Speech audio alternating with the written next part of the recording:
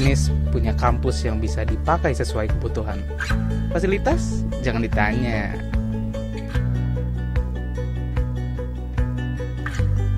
Jalanan sekitar SVUGM emang adem banget. Gak jarang aku pinjam sepeda kampus. Karena di lingkungan UGM memprioritaskan pejalan kaki dan pesepeda. Stasiun sepedanya banyak, bisa keliling fakultas di UGM. Cara minjemnya pun gampang, tinggal nunjukin KTM, beres. Hidup sehat bisa dimulai dengan cara yang simple. Kayak aku ini nih, naik sepeda ke kampus.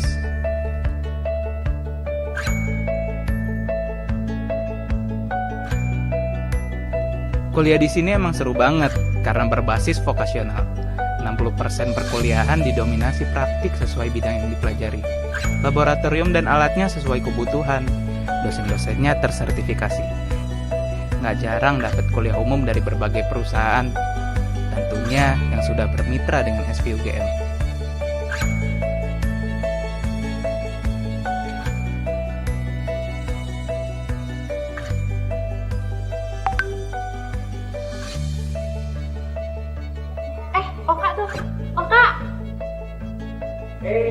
Lagi ngapain? Ini nih lagi cek-cek beasiswa baru. Lagi cek-cek beasiswa? Iya, udah lihat belum di vokasi GMF? Belum. Belum banget. Oh iya, bagus ya. Iya, kalian tahu nggak? Ada berita baru loh di Instagram SVGM. Coba lihat, ada ekspor luar negeri. Ini ada Korean Food Festival, ada summer course. Oh iya, banyak bagus ya. Sebagai mahasiswa tingkat akhir, perpustakaan jadi sahabat aku. Tempatnya adem dan tenang, enak buat ngerjain tugas. Ada juga ruang khusus untuk diskusi. Untuk yang lagi ada proyek kelompok, namanya perpus bikin betah.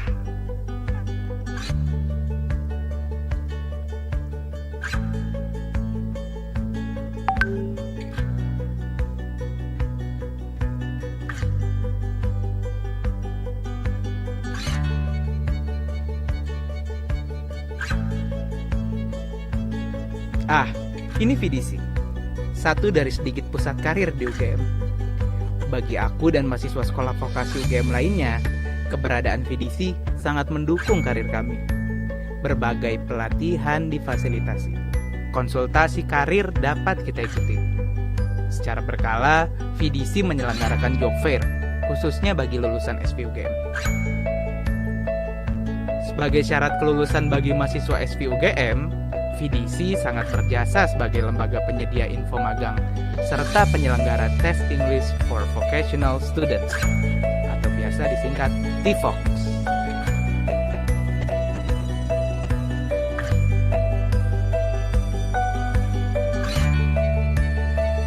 Dunia perkuliahan tak melulu soal belajar ilmu pengetahuan dan mempersiapkan karir. Di SVUGM, aku bebas mengasah bakat dan mengekspresikan diri melalui UKM pilihanku. Seperti aku ini nih, lagi ada di Gasita, unit yang memperkenalkan tentang gamelan yang sudah berprestasi di dalam maupun di luar negeri.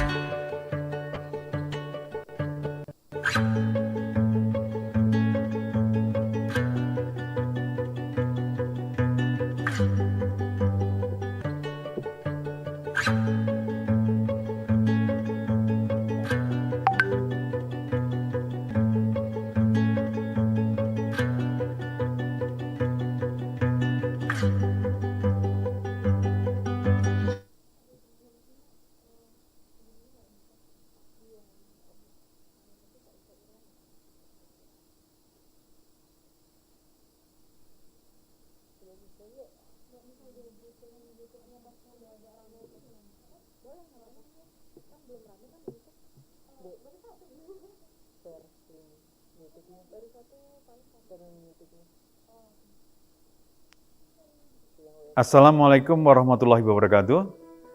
Teman-teman semuanya, kita mau bincang-bincang mengenai maju bersama sekolah vokasi Universitas Gadjah Mada. Jadi tugas sekolah vokasi UGM yang paling utama adalah pertama, mengembangkan ilmu terapan. mengembangkan pendidikan vokasional S1 terapan, S2 terapan, sampai S3 terapan. Kemudian mencetak lulusan yang menguasai teori secara kuat, praktek secara hebat, soft skill, dan berkarakter unggul. Kemudian mengembangkan dosen mencapai derajat profesor di sekolah vokasi ini. Insya Allah semua dosen harus menuju ke sana. Kemudian mendorong hilirisasi riset terapan, produk inovatif, haki dan paten secara masif. Dan membangun network kolaboratif dengan industri. Serta menyebarluaskan ilmu terapan ke seluruh Indonesia. Itu adalah tugas kita. Teman-teman semuanya yang kami banggakan, kita punya potensi yang luar biasa. Potensi kita adalah 1, kita punya 8 departemen, 43 program studi, punya 30 laboratorium, punya 286 dosen dengan 80% usia produktif, usia muda. Didukung oleh 222 tenaga pendidikan yang usianya juga usia produktif dan 4.750 mahasiswa. Infrastruktur luar biasa, yaitu gedung TLC 8 lantai, FRC 3 lantai, gedung DEB dan gedung DTS, serta gedung Heritage Pancadharma ini. Ini adalah potensi yang sangat luar biasa yang kita punya bersama. Kemudian potensi network internal dan eksternal kita, coba kita lihat. Yang pertama adalah network internal, ada 18 fakultas dan 1 sekolah pasca sarjana di Universitas Gadjah Mada sendiri. Ada 22 pusat studi dan 11 unit penelitian dan usaha yang juga siap bekerja sama dengan kita. Teman-teman semuanya, di samping itu network eksternal kita, ada 150 industri yang sudah membuat MOU dan PKS dengan sekolah vokasi. Dan kenyataannya, lebih dari 500 perusahaan tempat magang mahasiswa adalah network kita. Lembaga, badan, kementerian tingkat nasional pun banyak bekerja sama dengan kita. Pemerintah daerah di seluruh Indonesia adalah network kita. Jadi network internal dan eksternal itu merupakan potensi yang luar biasa yang bisa kita kembangkan secara bersama-sama untuk kemajuan vokasi. Teman-teman semuanya, usaha untuk mencapai kemajuan sekolah vokasi kita ini adalah yang pertama, kita memantapkan program studi S1 terapan kita. Kemudian kita lanjutkan dengan mendirikan program studi S2 terapan. Kita mulai tahun 2021 sampai 2025. Kemudian kita lanjutkan mendirikan program studi S3 terapan 2025 sampai 2030. Kita mendorong dosen untuk mencapai doktor semuanya 75% di tahun 2025. Dan kita mendorong dosen untuk mencapai lektor kepala 60% di tahun 2025. Dan kita mendorong dosen mencapai profesor 30% di tahun 2028. Kemajuan yang ingin kita capai adalah kondisi seperti ini, teman-teman sekalian. Yang pertama adalah bahwa pendidikan kita S1, S2, dan S3 terapan itu bergerak progresif, dinamis. Dosen mencapai puncak karir profesor, produktivitas yang sangat tinggi pada riset terapan, hilirisasi produk, HKI, dan paten. Kemudian pembelajaran vokasional itu sudah mantap dan dinamis. Mahasiswa juga lulus tepat waktu dan dapat diserap dunia industri dan masyarakat dalam waktu kurang dari 3 bulan setelah mereka lulus. Sekolah vokasi UGM dan departemennya menjadi mercusuar dan rujukan pendidikan vokasi di Indonesia, bahkan di dunia. Serta sekolah vokasi UGM dan departemen dapat menyumbangkan penyelesaian masalah real di Indonesia. Terima kasih teman-teman. Assalamualaikum warahmatullahi wabarakatuh.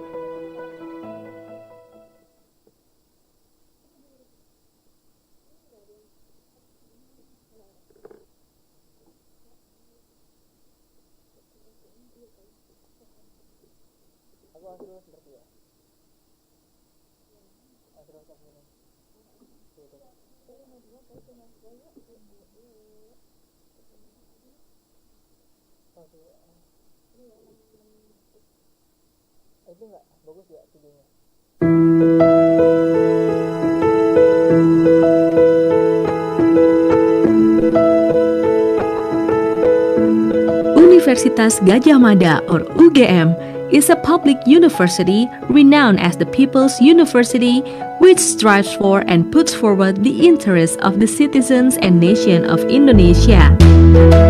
As a higher education institution that has long been recognized by the society, we are proud of our timeless and tireless dedication to the nation.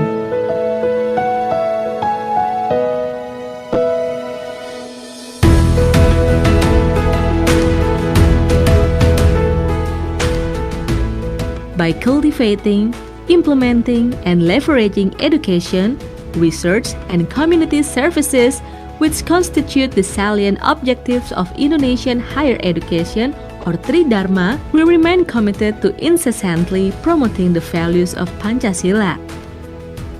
We exert the utmost effort to protect Indonesia's sovereignty in accordance with Pancasila ideology and the 1945 Constitution. As a world-class university, UGM is devoted to the interests of the nation and humanity. We conduct research, provide education, and deliver community services by enhancing knowledge that benefits the community, the nation, and the world.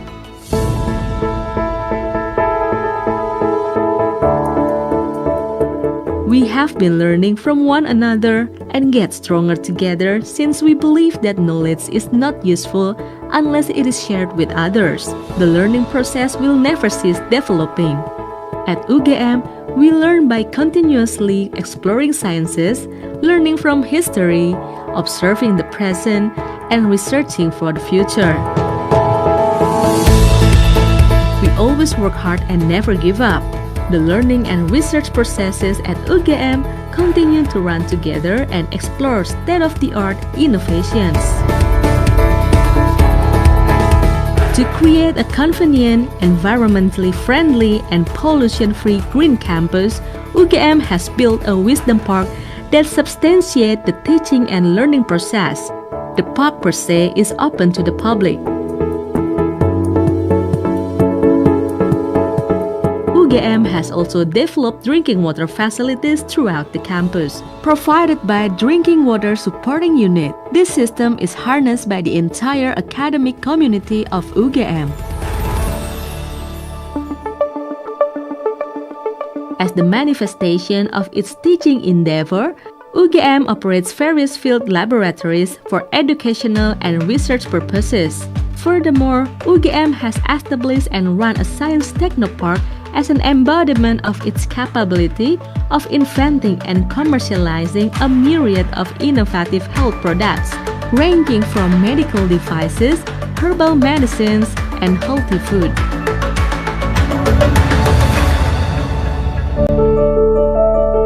There are now more than 118,000 cases in 114 countries, and 4,291 people have lost their lives. 2020 has been a tough year for anyone, and it is no exception for UGM. Campus activities are abruptly halted, student activities on campus are annulled, everyone is forced to work, worship, and study from home.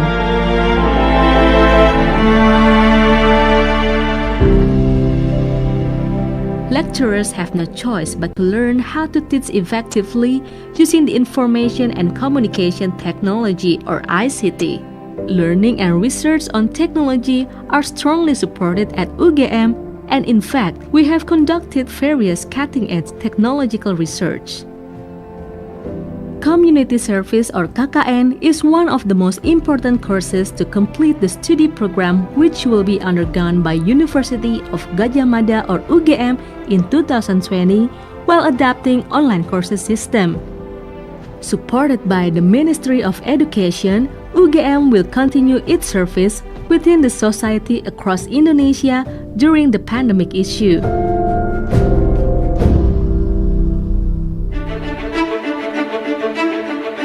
lecturers and researchers at UGM continue carrying out basic and applied research in many realms. For instance, studies in the health sector to cope with COVID-19 are being encouraged and accelerated as a form of UGM's commitment to mitigating disaster using scientific methods. One of the most innovative inventions regarding to mitigating the COVID-19 is Genos, a screening tool or early detector of patients exposed to COVID-19, which is able to identify the symptom through exhale within 80 seconds. Genos is highly reliable. It has a number of advantages as a COVID-19 fast detection tool. Its sensor is able to detect more than thousands of patients in the long term, while providing relatively fast results, non-invasive and affordable. In addition, its usage also applies non-rebreathing mask and disposable HEPA filter. Selamat sore, Pak Dr. Eddy Pursubaryanto. Sehat selalu, Bapak. Those Lama challenges tidak jumpa.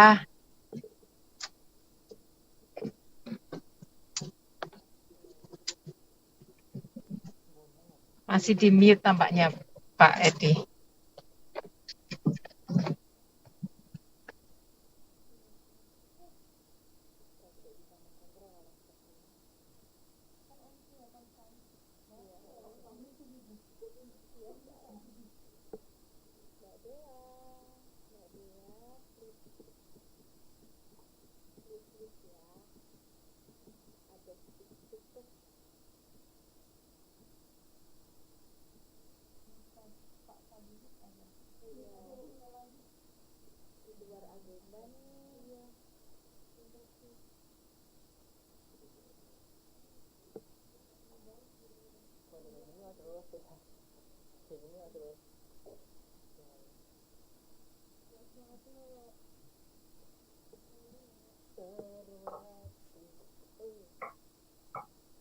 Good afternoon and welcome, distinguished ladies and gentlemen. May I have your attention, please? Our webinar is about to begin at 3 p.m. We would kindly advise for all delegates and participants in the seminar to prepare and find the most comfortable position. Thank you very much.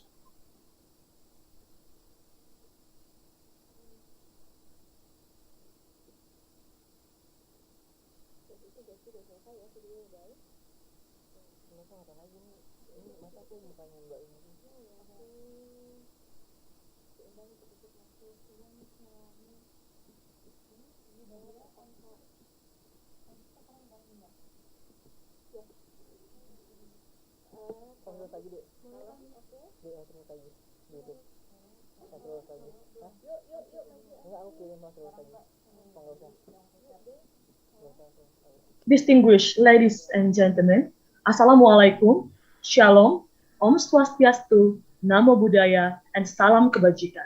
It's a great honor for me to welcome each and every one of you to webinar event talk, The Wayang World and its Cultural Magnitudes. Webinar event talk was initiated by the Applied of English of Bachelor Program for Academic Purposes. Ladies and gentlemen, over the next 2 hours, this webinar will provide you plenty of opportunities to discuss, share knowledge and insights. My name is Diana Dasaragi, and I am a student of English Study Program of Universitas Gadjah Mada. It is a wonderful and precious chance for me to be your Master of Ceremony in this very special event. This webinar is also broadcast live on YouTube on DBSMB, on DBSMB SP UGM YouTube channel.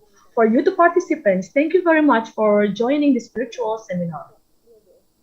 This webinar event talk also have several aims to actively participate in preserving Wayang as part of our traditional folklore, provide a virtual stage to elaborate Wayang from academic perspective, support traditional art performance of Wayang during global pandemic, foster community engagement, provide opportunities for students to organize cultural, spiritual events and to make public presentations, contribute as a cultural medium in character buildings and mental education for today's generations, provide an inspiring dialectical media between academics, partners, and the public for knowledge sharing and ideas exchanges about the dynamics of Wayang, strengthen friendships, networks and collaborations between UGM and local and international partners, and the last but not least, bring forward the cultural diplomacy across nations. Before we proceed the program, today we would like to express our sincere gratitude to Mr. Eddy Pursubaryanto, a former lecturer from the Faculty of Cultural Sciences, Universitas Gadjah Mada, and currently an advisor to a local cultural community, Balai Budaya Minomartani. Also the author of the book entitled Dewi Sri Goes to Moscow, Sri Lakon Wayang Kulit Purwa. And then Mr. M. Wahid Supriyadi, the Ambassador of Extraordinary and Plenipotentiary of the Republic of Indonesia for the Russian Federation and the Republic of Belarus in 2016 until 2020. Next is Miss Julie Ryzhaya, a gamelan player in Moscow, Russia. And then Mr. Vladimir Kirichenko, painter, Indonesianist, Wayang lover, owner of Vladimir Kiri Indonesian Art Studio, Moscow, Russia, and all the audiences, lecturers, and students. Please allow me to tell you some rules for today's webinar. Number one is participants are expected to turn on the camera, mute your audio if lines are open. The participants may type the question on the chat box, and also turn on the microphone on the Q&A sessions.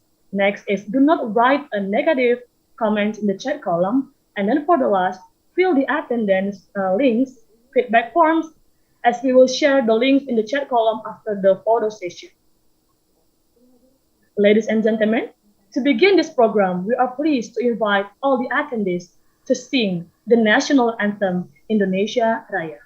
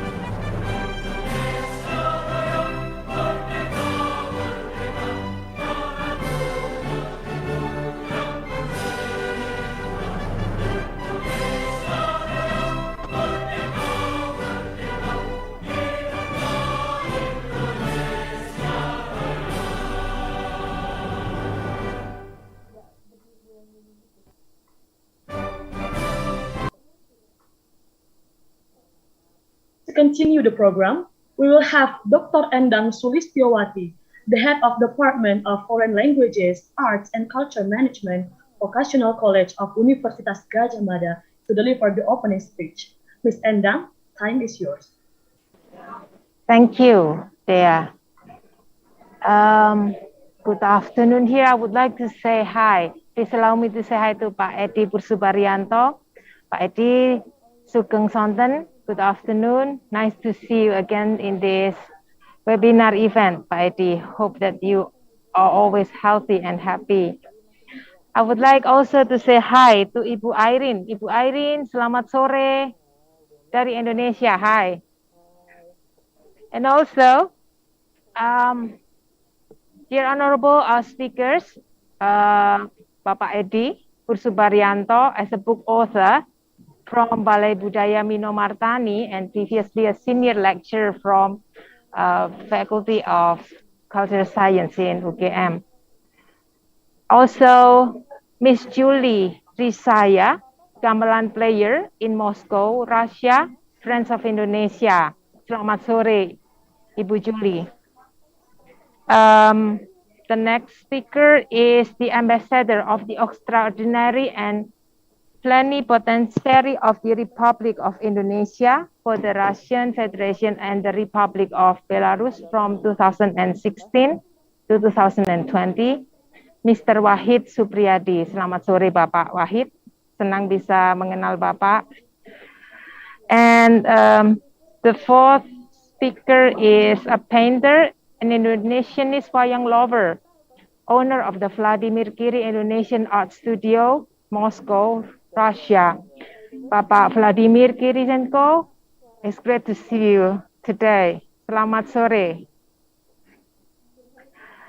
I would like to thank to Ibu Dewi Cahya Ambarwati and also Mbak Ajeng Kusumaningratri, also Mbak Dea, for all these wonderful events, so that today we are able to learn a lot from all the speakers concerning about Wayang, and also the book launch for the Dewi Sri Goes to Moscow. It's really a very interesting topic.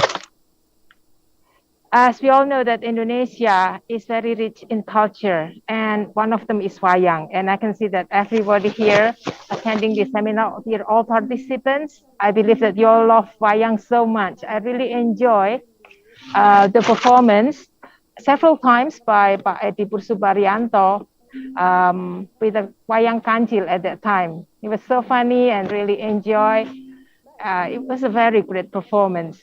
And that's why today we are so happy that the book launch today, that we see go to Moscow, would give us deeper insights, fruitful understanding, because the role of Wayang is a cultural heritage, not only in Indonesia, but also worldwide. I've met Bu Iren several times, and I can see that Bu Iren is very fluent in Bahasa Indonesia, ya, Bu Iren. Great to see you, and I can see that you also play Wayang.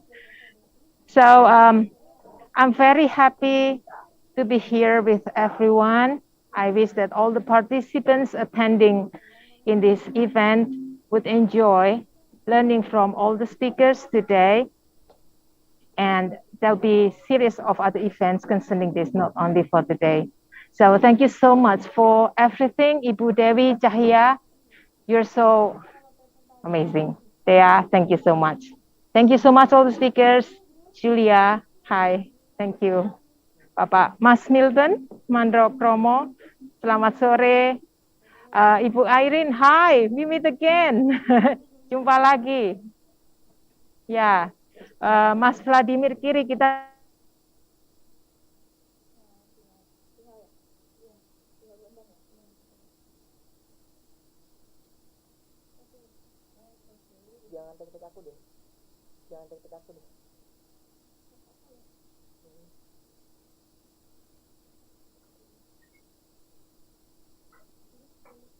Thank you very much, Dr. Endang Sulistyawati, for the welcoming speech. Maybe there is a connection trouble, but step to the next session. We'll be having a cultural remarks from Mr. M. Wahid Supriyadi.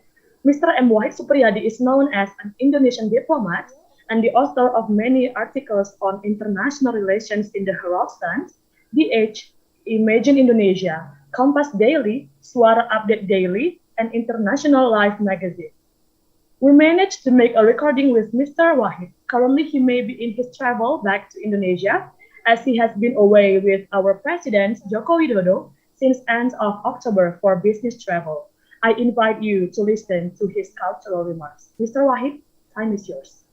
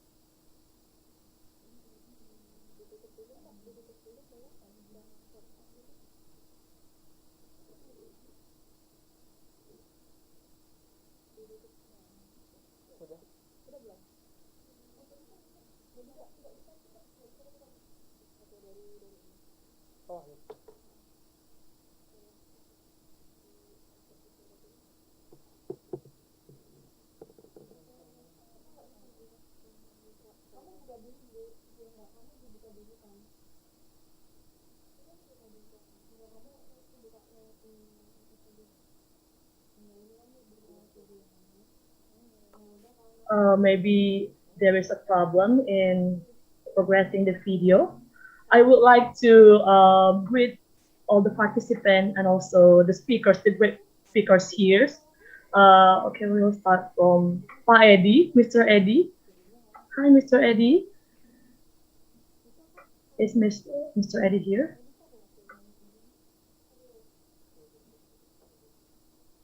Okay, it's due to the low internet connections here, so we have a trouble with opening the video.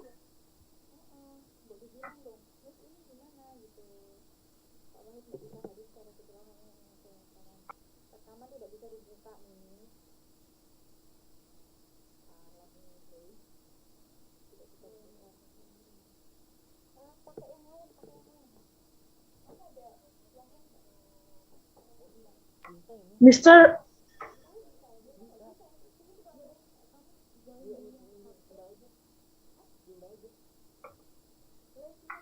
Wahid couldn't join us for today's seminar because he has another agenda, but fortunately he can give us the recording for explaining the material, the cultural remarks.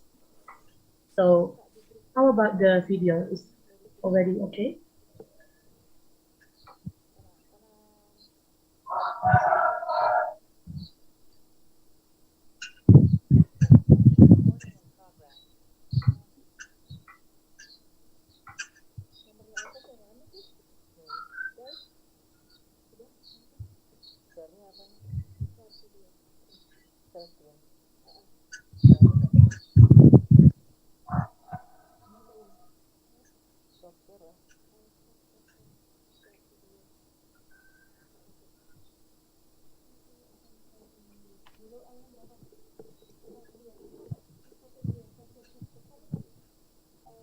Thank you very much.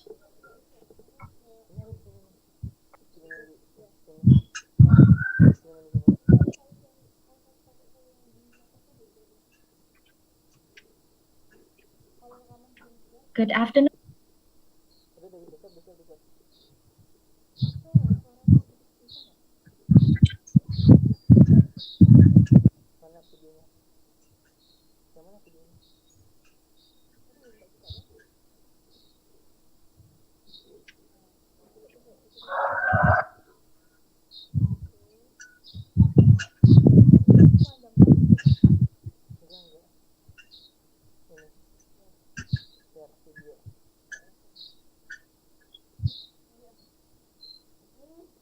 Good afternoon, distinguished Mr. Wahid Supriyadi, or Bapak Wahid nih.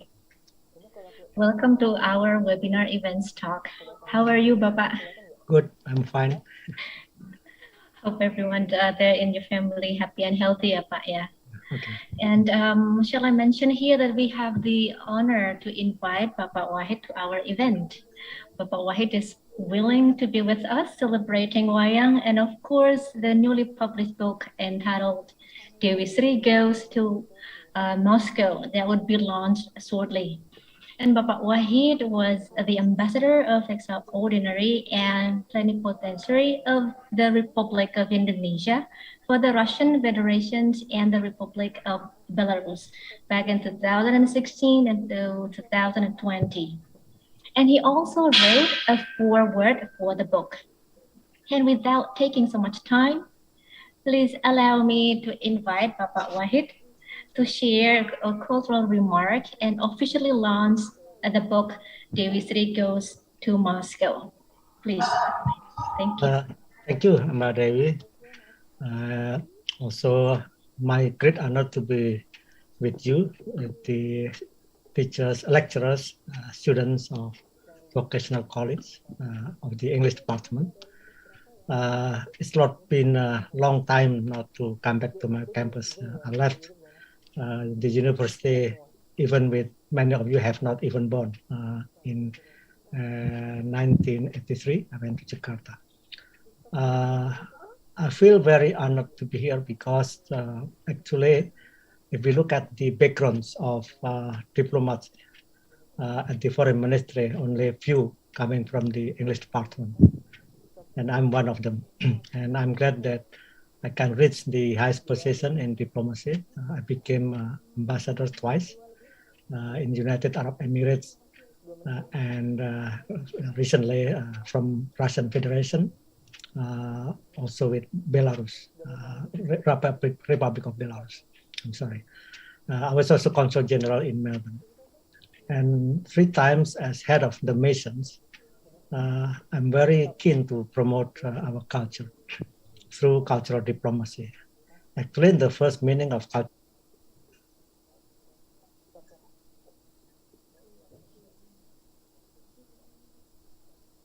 is the majority. The Japanese didn't force themselves to make Bahasa Jawa, or the Japanese language, to be the national language. They know that Japanese is not easy, even difficult for the Japanese. And maybe I'm afraid that many Indonesian youngsters, Japanese youngsters, do not speak Japanese anymore, including my children, because they were born, grown up in Australia. They understand Japanese, but not speaking actively. When I was at the university, first year actually, I started to learn Gamelan. I know Eddy, my senior, was already expert at the time. But I quit because the more you study Gamelan, the more difficult. And I'm not, I'm not really have the talent actually. Actually, when I was even young, my ideal was to become a puppeteer or dalang, because during my time, dalang is like celebrities, And what is interesting, they usually have more than one wife, and all the wives are very beautiful. But I don't have the talent for that. But I'm the one actually who enjoy any kind of arts, especially music, up to now. So I still listen to the music. I still watch Wayang up to now. Practically, when I do the cultural diplomacy, actually, it covers all kind of diplomacy. Even in politics, we have to understand cross-cultural issues. Like when we negotiate with other countries, we have to understand their culture. In business also, we have to understand their culture. I'm fortunate when I was in Melbourne, I took a degree on applied business from Swinburne University of Technology. And one of the topic in international marketing is understanding local culture. So from this, I'm very confident that culture diplomacy is the best way for diplomacy, and I prove it. When I was in Melbourne, second posting, and then third posting, I was consul general. I noticed that Wayang and Gamelan was performed in not in a very prestigious building, and I have the confidence that we can do it in a more prestigious building like Victorian Gallery of Arts of Melbourne, of Victoria. And I succeeded without even a single cent for the performance. Also, when I was in Abu Dhabi, I was told from my senior that you cannot perform a gamelan in the Middle East because it can have the sense of, atheism. And I didn't believe that because there's nothing to do with atheism. Even Islam came to Indonesia with the help of the gamelan. We know the story of the 9 saints, or Wali Songo, especially Sunan Kalijaga. He introduced Islam through Wayang, although not directly. But from there, Wayang came to Indonesia peacefully. Also, the last one, when I was in Russian Federation. Before I came to Russia, I I read an interesting book written by a former permanent correspondent, British in Moscow, Martin Sixsmith, BBC. He was working with BBC at the time. He wrote more than 600 pages of Russia from 1,000 years back to the Putin era. It's very interesting, and I took notice that Russian actually appreciate any kind of culture. So when I stepped in, it gave me a good impression.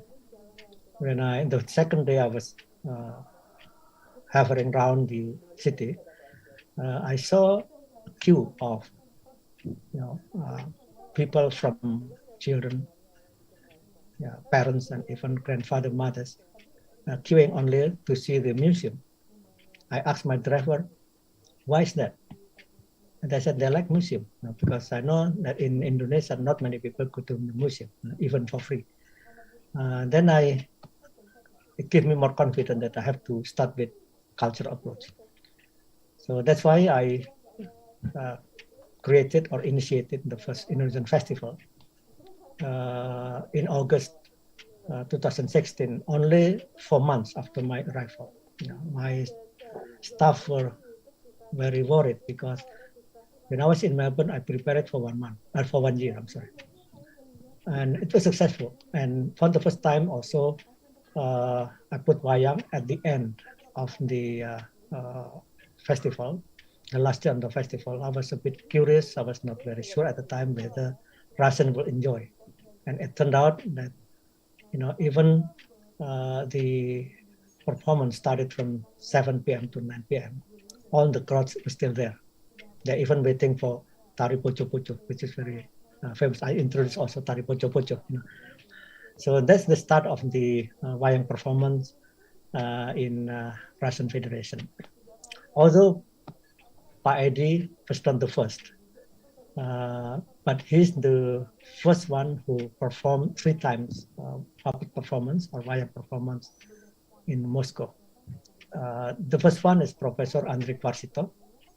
He was also graduated from International Relations at Jakarta University, but now he's teaching now at UNS in Surakarta. And second one was the national and very popular Dalang Pak Anam Suroto.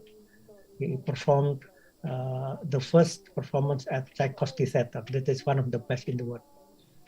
But Pak Eddy is the one who performed 3 times, 3 years successively. And the problem is not because of Wayang were performed outside Indonesia. Many Wayang has been performed in America, in the United States, in Canada, and so on. But in Russia, it's different because most of them, they don't speak English. Pak Eddy, of course, speaks English, but he doesn't speak Russian. That's the difficulties. So he was only given around 4 days to have the preparation. But fortunately, I recruited Gamelan teacher, graduated from ISI, Institute Seni Indonesia, and also one teacher for dancing, also from Institute Seni Indonesia. And we've been training very regularly since the first Indonesian festival. So you can imagine how Pak Eddy could communicate with all the gamelan players. It's not easy, but he can do it. From this point, I highly appreciate Pak Eddy for making the books entitled Dewi Goes to Moscow. I think you should read these books, very interesting, and there is also testimony from the Russians. We are very much occupied with the Hollywood movie, which describe the Russian as the bad boys or the bad girls. Yeah? And that's not true. Most countries have their own wisdom. Yeah? But if you talk politics, it could be different. But I noticed that Russian is almost half of their mind, their heart, are Asian. around 40%, because don't forget, they were colonized by the Mongols for 240 years. And from there, also influenced by Turkey, Ottoman, and many other countries. So it's a mix of 120 nationalities. It's so diverse. It's multicultural countries. Unlike what I thought before, but Russia itself is consisted of around 120 nationalities.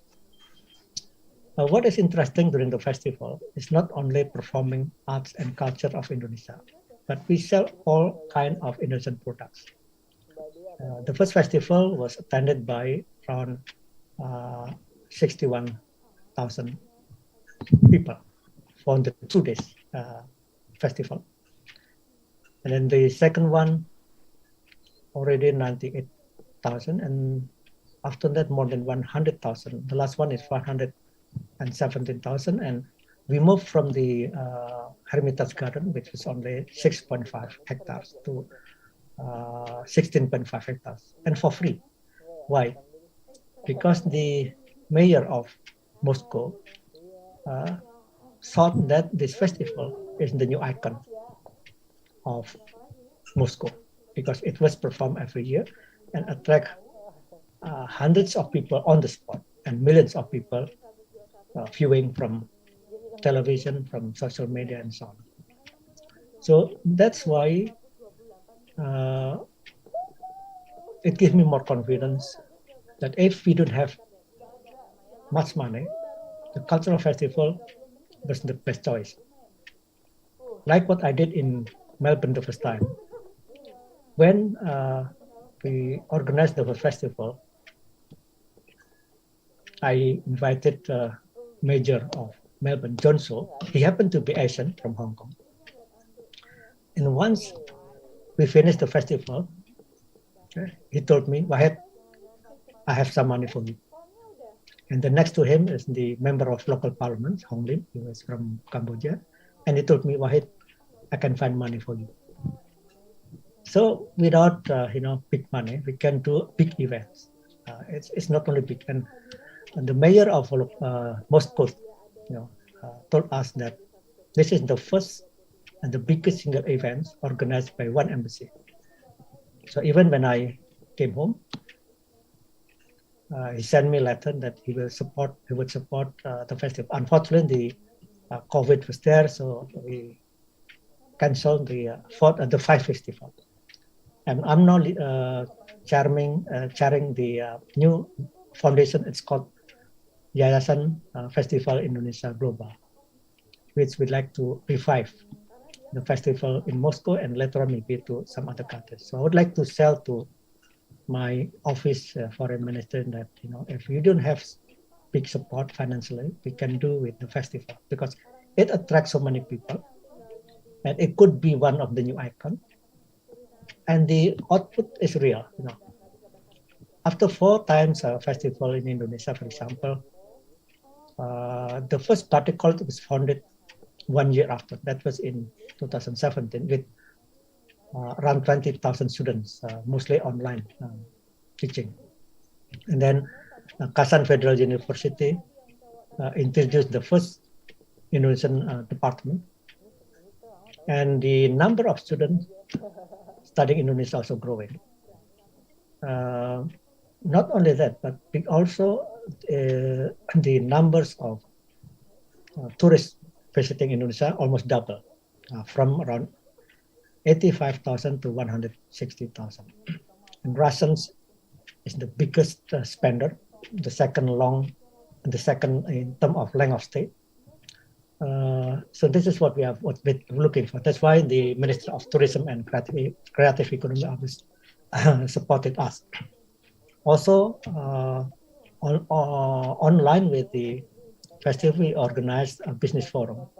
The last one, 10 million something contract was signed, and also about more than $1 billion investment to factory in Central Java.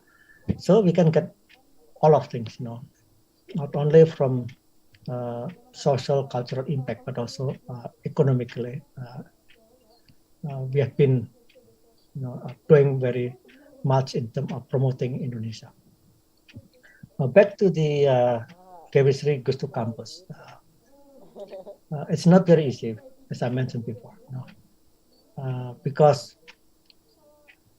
the Russian, mostly Russian, they are not familiar with English. Fortunately, we have a staff, Lisa, who will also speak with us. She's been some time working with the embassy, and her Bahasa is excellent. So from trial to trial, we finally conclude that the best way to perform the gamelan is through spontaneous interpreter. Very, very difficult job for Lisa and also Pak Eddy, because Pak Eddy usually perform either in Indonesian or English. So the best task is whether the Russian enjoy or not. When the Dalang Pak Eddy make jokes. So when the audience smile, or sometimes laughing, very openly, it means that they understand the story.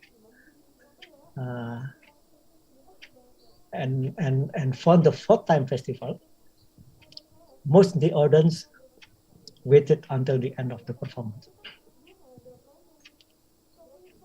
From there also, we have a lot of requests, not only from Moscow, but also from other cities. Like the last one, we performed in Ivanova, about 300 kilometers from Moscow. Also to Kazan, which is like 1,000 kilometers from Moscow. We have to fly to Kazan. Kazan is the capital of the Republic of Tatarstan, as part of the state, which majority of the people are Muslims. And this is one of the most advanced state in Russian Federation. We also went to other cities, but actually we also planned before to go to Dagestan. This is the state which 85% of the population are Muslim. So don't forget, although Russia used to be ruled by communism, but basically religions are very, day-to-day life in Russia. There is an interesting story of the book written by Martin Smith. In the 10th century, when Prince Vladimir would like to decide the state religion, there are three religions that he thinks could be suitable for Russia. Number one is Jewish. Number two, Islam. And number three, Orthodox. So he sent his experts to go to Turkey to learn about Islam, and then to German, to Greek for Orthodoxy, and then to German to Jewish religion. And then for Jewish, they could not accept it, because why should we take this religion while they could not protect their own land? And then second one is Islam. Islam is not suitable because in Islam we cannot bring alcohol. You can imagine at the time there was no electricity. The one way to warm up our body is to drink alcohol. So it's as simple as that, So actually I told my Russian friends, if not because the alcohol, I think Russia will become the Muslim country. and that's the true story. And finally they chose Orthodoxy. So if we have Pancasila, they have three sila. So one is autocracy. Big country like Russia should be governed by strong leadership. Sometimes dictator. Number one is nationality. Number three is orthodoxy, religion. So 24 million of Russians are Muslim. This is the big number, like the number of Muslims in Malaysia. So I'd like to congratulate again Pak Eddy for completing Dewi Goes to Moscow. Not many people experience, the atmosphere of watching Wayang overseas. And this is first time ever that Pak Eddy was performing Wayang very successfully in a country so remote to us, in a country which is not familiar with English. It's a great challenge to Pak Eddy Pak Eddy to accept my invitation. Actually, Pak Eddy mentioned that one time I went back to my faculty to Sastra English. I met him, and I remember Pak Eddy was very expert on this performance, and he has experience performing in other countries. Not many dalang can perform in other countries. So I asked him if he could, perform wayang in Russia. I think he was a bit surprised, because it must be a very, very a great challenge because usually they in Bahasa or Japanese, of course, but Indonesian and English. So finally accepted. So I was very grateful for that. One more that I would like to convey to you is that, so whatever your career later on, understanding cross-cultural is very important. I'm very grateful that students from English department are with us today. So don't worry, there are many type of job that you can do later on. I can say that because I've been working in many areas of work. I was teacher at Muhammadiyah 2 high school, for 3 years. I was teaching at private university in Jakarta, Pancasila University, at Faculty of Economics. I was teaching English for business. I was part-time consultant or international consultant. I was writing in many articles in local papers and international papers. And my topic is usually not about literature. My topic is about defense. How could one graduated from English department wrote about defense? And you can do it. I wrote about international relations. And then, of course, my almost 80% of my career was spent at the Ministry of Foreign Affairs. And then now it makes me a lot of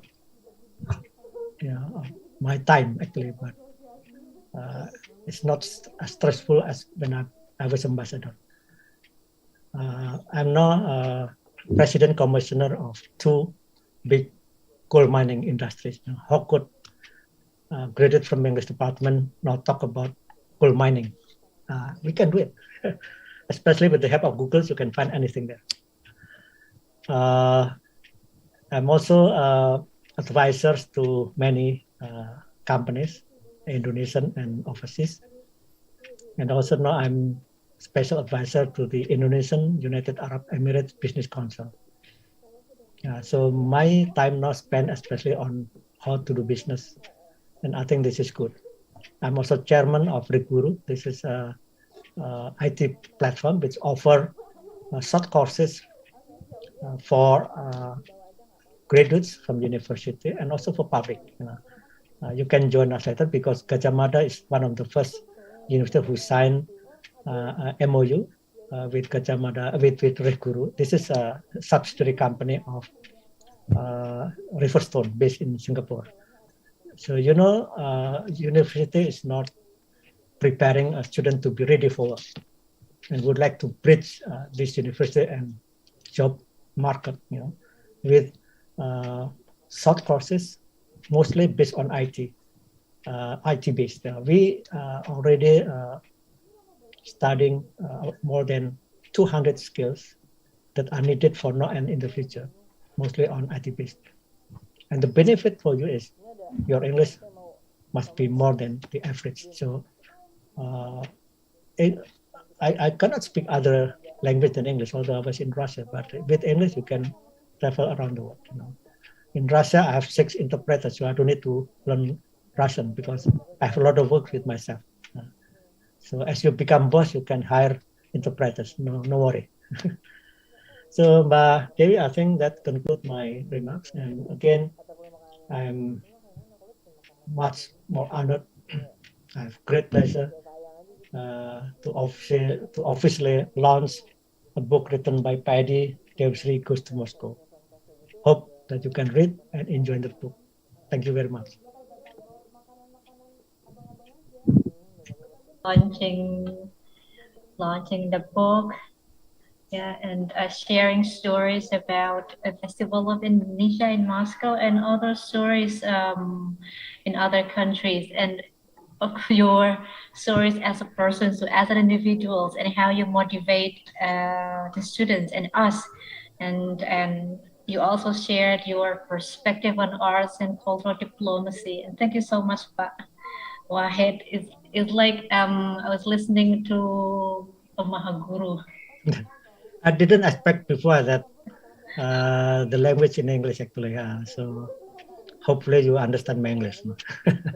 Sure, but we're also learning English, but here English as a communication tools, and they're not only theory.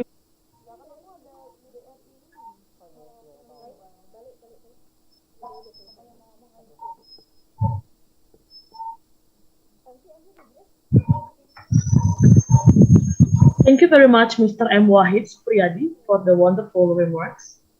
Step to the next session. The next agenda is the presentations from Miss Julie Ryzhaya, Gamelan player in Moscow, Russia, and also followed by the second presentations will be from Mr. Vladimir Kirichenko, the owner of Vladimir Kiri Indonesia Art Studio, Moscow, Russia. And after the second presentations, we will have the Q&A sessions, which will be led by our moderator, Ms. Ajeng Ratri. Ms. Ajeng, time is yours. Thank you so much, Dea. I would like to introduce myself again. Probably some of you didn't catch my name. I am Ajeng, and I will be guiding through the sessions in the next 20 to 40 minutes. I just want to say, how is everyone doing? I hope that everyone is healthy and having a good day, because this is almost weekend. Okay, on the sessions, we are going to have two different talks. The first talks would be by Ms. Julie Ryzhaya, and the second talk would be by Mr. Vladimir Kirichenko. Before we jump into the talks, I would like to remind everyone, if you have any questions, just put it on the chat box, and later on we can visit the questions, and we will have another question and answer later after the second talks. Okay, without further ado, I would like to introduce you first to our first speaker, Miss Julie Ryzhaya. She is a gamelan player in Moscow, and I was told that she is really good at playing gamelan as well as singing, and she has been taking gamelan classes at KBRI in Moscow for a long time. Miss Julie, how are you? Hi, I'm very glad to see you all. Thank you very much for the introduction. Please let me know, shall I start? Yes, you should start right now for the next 15 minutes. I'm trying to share my presentation, but I think I don't have the right. Can you please grant me the co-host rights?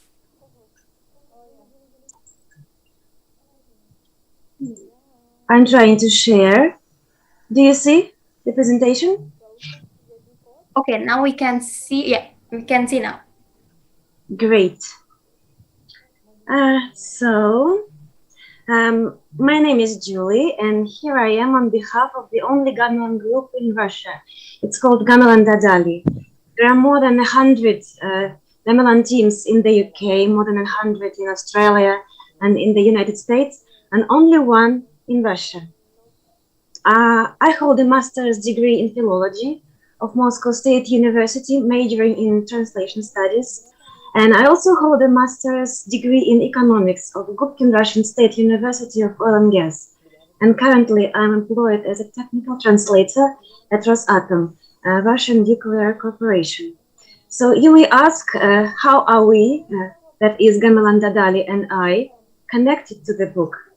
As Pak Wahid mentioned, for several years, from 2017 to 2019, Pak Eddy and Gamelan Dadali performed together within the Festival of Indonesia program in Moscow. And for every occasion, Pak Eddy prepared a special story for Wayang performance. Later on, these stories were compiled and thus formed this book, Dewi Goes to Moscow. So to support my point, I chose to share some of the pictures of Pak Eddy and Gamelan Dadali group that had been taken during the performance. And on this picture, you can see that's from 2017, our first festival together with Pak Eddy. And I arranged all the pictures in chronological order, starting from 2017 to 2019. When Pak Eddy suggested me to write a testimony for his book and then to be a reviewer, I was both honored and delighted. First of all, as far as I'm aware, there are no such works available in Russian. There are many academic papers and original researches in many European languages, especially English and French, but there is only a handful of works in Russian dedicated to Gamelan and Wayang in particular. For instance, a couple of years ago, one editorial house published a small book, bilingual book of Indonesian fairy tales, so-called Dongeng Indonesia. Other works that I have found in the archives were written only in Russian and for academic purposes, for accustomed researchers, and not for general public. So Professor Eddy attempted to create a book, the only one of its kind. Pak Eddy collected stories, lakon, that were performed within the framework of cultural program during the festivals of Indonesia in Moscow from 2017 to 2019. And the book is in bilingual format, in Bahasa and in Russian. This book, Dewi Goes to Moscow by Professor Eddy, contains 3 original stories from the Mahabharata and Ramayana epic cycles. When I was reading the stories when preparing my speech for a couple of hours, I felt to be back to the blissful summertime of the festivals. I still remember some of the melodies that Gamelan Dadali prepared for the musical accompaniment, and I remember how audience enjoyed the performance. The performances were given daily, several times per day, within the duration of the festival. And I remember that some of the viewers were coming back the next day to enjoy the performance one more time. I perceive it as the stories resonated with the audience, because all of them are based on the same idea, the eternal battle between the good and bad, between gods and demons, between humans and evil spirits. And every time during the narration, Pak Eddy added something from our routine to make the story closer to Russian audience. For instance, on one such occasion, as I remember, in the story of the fall of Prabhu Baka in 2018, among other problems that the characters tried to resolve was the problem of getting the tickets to the World Football Championship that took place in Russia this year, and the audience was thrilled. The stories included in the book are the following: the fall of Dasamuka, the fall of King Baka, and return of Goddess Sri, the eponymous of the book. For each of them, Gamelan Dadali team prepared a special musical accompaniment to better convey the storyline and to express the features of the characters. So as you can see from the book, the stories are rather short, and they are adapted for those who are not accustomed to the tempo and tradition of Indonesian art of Wayang. In Indonesia, more often than not, the Wayang performance may take up to the whole evening and night. And here in the festival, we really could not afford that. So when translating the text, the translator had to take into account a lot of cultural differences, such as some historical concepts, names, and etc., because the twists and turns of the epics are often unfamiliar to Russian audience. When I was preparing my speech, I was suggested to read an excerpt from this book to illustrate my point. But instead, I decided to share a piece of story where the story is narrated by the author himself. This is the excerpt of our performance in 2018 from the fall of King Prabhu Baka. The story is narrated by Professor Eddy, and I will share the audio. Just show sound, and please enjoy.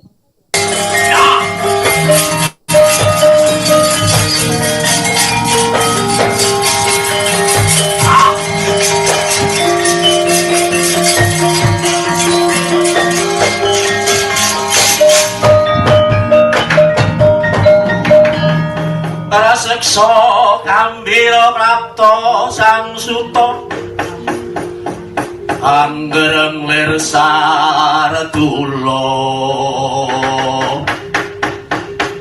ngisis yung makala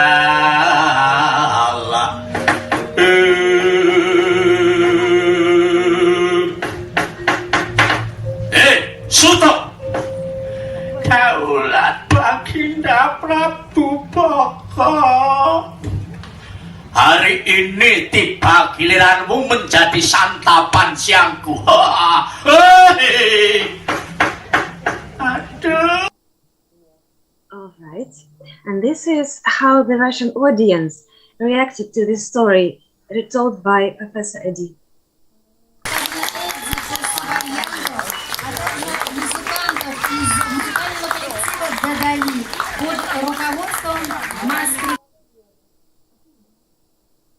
The festivals of Indonesia in 2016-2019 attracted a lot of attention to Indonesia and Indonesian culture. Many Russian people discovered and rediscovered its culture and history, and some even decided to come to visit it, as was mentioned by Pak Wahid. Some joined the Gamelan team and Bahasa courses. The festivals and Wayang performance in particular were broadcasted on TV and covered in social media. And Wayang performances as a part of this event, to my mind, took a very special part in the program, a really centerpiece of the day, as a cultural, a spiritual experience for us, the participants, and those who enjoyed it. When playing Gamelan for Wayang, one gets literally lost in time and space, and for me it was a sort of meditation. The book with these stories, Dewi Goes to Moscow, may be useful for students of Russian in Indonesia or the students who learn Bahasa in Russia. It may be useful for students of International Relations program, as this is a perfect example of fruitful cooperation between Indonesia and Russia. Bapak Wahid called it cultural diplomacy. I'm never tired to express my eternal gratitude to Bapak Wahid, who brought this phenomenon of Gamelan and Wayang, and I am very grateful for Pak Eddy, who brought this to Moscow, who provided an unlimited support for our cultural activities. I would like to thank Pak Eddy for taking his time and compiling the stories and publishing this book. If you take some time with these stories, then you might find something more to dig and to search within the culture and history of Indonesia and in the art of Wayang and puppeteering, its music and history. The recorded live performance of the stories published in this book also available on our channel in YouTube, our Gamelan Dadari channel. So if you are interested, please go and enjoy this. For several years, we have been living amid the global pandemic. And it influenced greatly our being and our rehearsals as well. It was generally unbearable. And we did our best to cope with isolation and stress, since the borders were closed and we could not invite Pak Eddy to join us. So we tried to do Wayang on our own. It was complicated, right? And nevertheless, we tried to do our best with the available resources, and we performed with the story Timun Emas in October 2020. Later on, we were contacted by the editor of the Balongan magazine, who suggested us to contribute to the Gamelan amid COVID-19 pandemic report. Our report, along with a dozen reports from Gamelan teams all over the world, was published in December 2020 issue. In the following months, we organized a series of online classes on Gamelan and Wayang, hosted by our teacher, Mastri Koyo, members of Gamelan teams from the USA, Canada, Greece, Belgium, Chile, and others.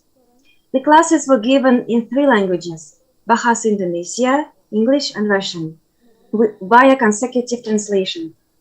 Pak Eddy joined us on one such occasion too, and the classes received a great acclaim.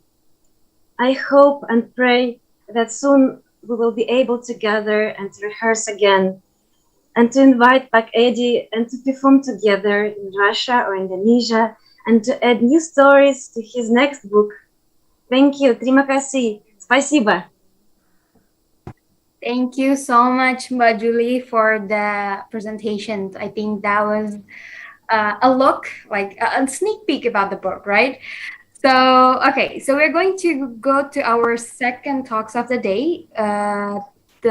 Later on, we will have Q&A with Mbak Julie also, as well as Mas Vladimir. I think I would like to call Mas Vladimir Kirichenko to the spotlight. While doing that, I would like to also introduce Mas Vladimir a little bit. So Mas Vladimir is an artist. He's also an owner of Vladimir Kiri Indonesia Art Studio in Moscow. Talking about Indonesia, I've been told that Mas Vladimir can speak in Indonesia at intermediate level, and he also participates in many exhibitions with Wayang theme, and I'm also being told that he's a Wayang lover. So I would like to call Mas Vladimir to the spotlight, and you can start the presentation for the next 15 minutes. Okay, thank you so much for such an amazing introduction. My name is Vladimir, and can you see my presentation? Yep. All right, great. I would like to express my deepest thank you to everyone for having me here, to Pa Eddy, Mbak Dewi, and everyone who I know. Julia, thank you also very much for your nice presentation. And I would like to continue the storyline of Julia, but perhaps from a different perspective, from art. And as Pa Wahid called this cultural diplomacy, I decided to call it a kind of diplomacy Wayang. And first of all, I want to emphasize and say my gratitude to Pa Eddy. Unfortunately, we haven't met personally yet, but you know, the life gives you lots of different opportunities to meet your people, your teachers. When you always lack of the knowledge, when you look and when you're thirsty for this information, uniqueness, I guess life and faith brings you like teachers to your life. And actually, Pa Eddy is one of them. And I'm very happy about that. We met maybe this year, but online, when I had the chance to interview Pa Eddy as a Dalan, and who gave me actually a new hope, a new knowledge to create and continue to develop my art. So thank you, Pa Eddy, for this. I hope we can meet personally really soon. And unfortunately, I didn't have a chance to attend all these festival events, because at that time I lived in Indonesia. I worked and studied at the London School of Public Relations in Jakarta, perhaps you know. And that's why when I came back to Russia, I decided to combine all my interests, cultural interests, all my knowledge about Indonesia, all my experience, and introduce it to Russian people. But as far as art is like a part of my life, a hobby of my life, I decided to combine these two directions and develop it here. In the result, I also appeared in many media in Indonesia, but mostly people know me as Vladimir Kiri. People really love to call my last name Kiri. There are lots of jokes like, why not Kanan, And some of the articles, they really express and show my true feelings towards Indonesia, Indonesian culture, and especially Wayang. So also like lots of media in different areas, in Bali, in Jakarta, and many other regions. Yeah. Also, right now, as far as we have complicated situation, I run the art studio. Unfortunately, right now it's online, but mostly if there are people who are interested to know more about culture, my art, they are always welcome to contact me and see everything in person. Yeah, but due to pandemic, unfortunately, it's impossible to keep everything open and physical place, gallery. Yeah. How it is all connected to the book that we are discussing today. First of all, I think that's a really great and unique opportunity for Russian people to familiarize with the content of episodes of Ramayana and Mahabharata, yeah, because mostly Russian people, they know about it, they heard that, but if you ask them in details, they can't answer you. They don't know because they just don't know. They heard something maybe like in the universities or in the internet and so on. Yeah, but details, nobody knows details. Nobody knows exact topics. And I guess this book gives us a really new insight. It's just a spotlight on the new stories, yeah, and especially it's in Russian language, as Wahid said that not many Russian, the majority of Russians, they don't really speak English, especially Bahasa Indonesia, yeah. So the book is a really unique chance to for Russians to know more about the content. Yeah, the original content, the heroes, the history, the culture, the characters. Yeah, even for me personally, I'm very happy to read that book because it gives me new insights, new ideas to create new characters in my art, which I later can display at the exhibition and present it to the wider audience. And that's a great collaboration, I guess, cultural integration, because as you may see on the pictures, even in collective exhibitions, I present not only my art, yeah, but as you see, like the real artifact, like chapot of Wayang character, and at different exhibitions, different workshops, I always bring original character. It's also from Wayang Kulit or Wayang Klitik, yeah, and so on and so on. And what I understood, like support Julia's words, yeah, that people are always curious, what is it? For example, when I present my art, people are just standing and they don't understand what is this. They're like, wow, that's beautiful, but what's that? And actually, I position my art is meaningful one. Yeah, it's not only just the picture or of the character of Wayang. Yeah, there is always also a story which I always try to explain or give a little bit of information about this. So it's not just like a visual art. Yeah, it's also meaningful. It should be informative.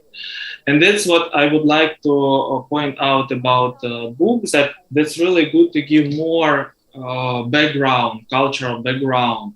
What is this like period of time? Why exactly these stories? Yeah, why do we need to follow them? These heroes. Who do we need to support? Who don't we need to support? Who is antagonist? Who is not? Yeah, and so on. That's really great. And as you may see that my art doesn't represent only Wayang Golek, yeah? Because the mission of Wayang Golek, actually, it's not only to represent like the character itself, but also batik ornaments. because batik is also one of the big cultural heritage of Indonesia, known in the world. That's why I'm trying to bring this concept to the Russian audience as well. And some of my paintings, for example, this one, it's almost 2 meters. Painting got a winning place at the international exhibition in Moscow as a Russian Art Week last year, and I really was happy about it because every winner could explain the meaning of his or her work, and I get the chance to give a small talk about Wayang, batik, what does it mean, and this is also maybe a small but already a step, for us to bring Wayang, batik to Russian. And also art is something unique here in Russia, because Russia has lots of famous universities, art universities. People from all over the world, they come to study art, especially from Asian countries. But nobody knows about Indonesian art, Asian style. We have studios about Chinese calligraphy, Chinese paintings, like courses, studios, but we don't have any art studios dedicated to Indonesian art, even Southeast Asian perhaps. Even in some Oriental museums, the exhibition is not rich. It's mostly about artifacts like Balinese culture, but it's not about paintings. And that's why right now I also collaborate with many Indonesian artists to bring more Indonesian names into Russia, Russian arena here.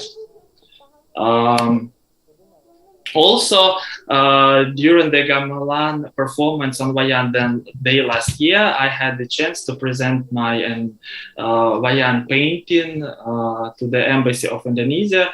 Right now, this painting is at the office of ambassador at the embassy. And I guess it's also like a really great opportunity for us. Right now, I'm working on a new direction of art. I'm trying, why it's called Diplomacy Wayang, because I'm trying to integrate Russian culture with Indonesian Wayang.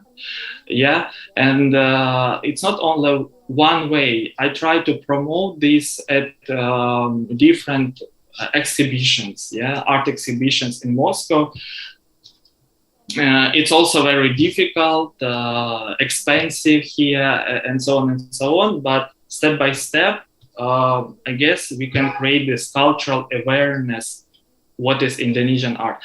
And in my art, I try to bring authentic culture as well, not only modern, but authentic, so people can feel original, the atmosphere, the energy of colors, because Indonesia has its own flavor of colors. And for me, that's really important to transmit it and to give this to Russian audience. And for example, at these paintings, you may see this is Wayang Golek. This is kind of a symbol of Indonesian people in Moscow, because these all are traditional Russian buildings, that we have in Izmailova. And it's a kind of similar, right? We can find like similarity in colors, in ornaments, perhaps, And these two paintings were presented and displayed in the movie of Russian painters, and that's great. Also, right now, another point, like that's really great that we have this book. Dewi 3 goes to Moscow, because lots of people, especially young generation, can know more about it. But unfortunately, lots of books, published in Moscow or in Russian language, they're oriented towards like already mature audience. In my art, I'm trying to attract as many young people or children as possible. That's why I collaborate with different language institutes or private schools, yeah, so we can educate and introduce Indonesian culture to children, because in the future it can be their profession. Yes, because mature people, for them it's more hobby, right? And they are just interested, they like it, they love traveling to Indonesia. But for young people, who knows, if we give this very wonderful perspective of Indonesia, many young people can choose Indonesia as their profession, as a job. Yeah, and this way we can educate more people, like Indonesianists, yeah, professionals. And for example, this is one of the painting that which is in Language Institute Welcome in Moscow. So my art is not only in private collections, but I try to present my art to public organizations where we can see many people and they have like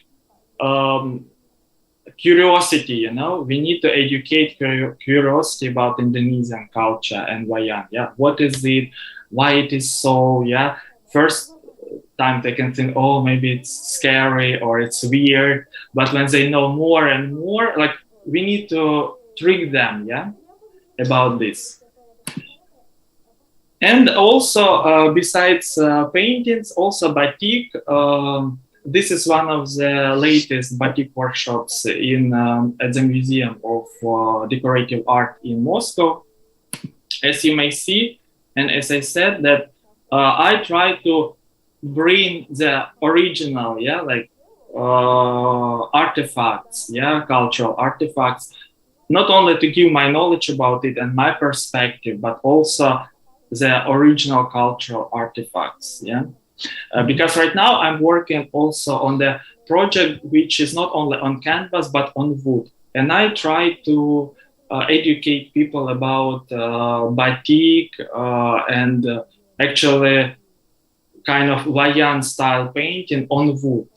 Yeah, unfortunately we cannot do it originally with waxing, yeah, and so on. But in the future, I'm sure I'll bring this to Russia, and it will be more than possible. And you can see how people are happy, like to see, to touch this, all of the things, like to touch the culture, yeah. And as the last point of my presentation is like Wayang Russia-Indonesia integration. This is, I guess, one of the interesting my projects that I'm trying to integrate Russian matryoshka with Indonesian wayang and batik ornaments. This is really unique because I don't think that it's common here, and I don't think that somebody did this before. And because it's unusual, it's new, people can like ask more questions again, right? What is it? Why is it like, and so on and so on. And also I collaborating with different authors about producing illustrations, book illustrations. So Eddy, if you decide to write the second book, we have to collaborate and make more illustrations to the book and to different stories. Yeah, I guess like by collaborating, we can create more awareness, yeah, among Russians and try to educate this curiosity among young generation, yeah.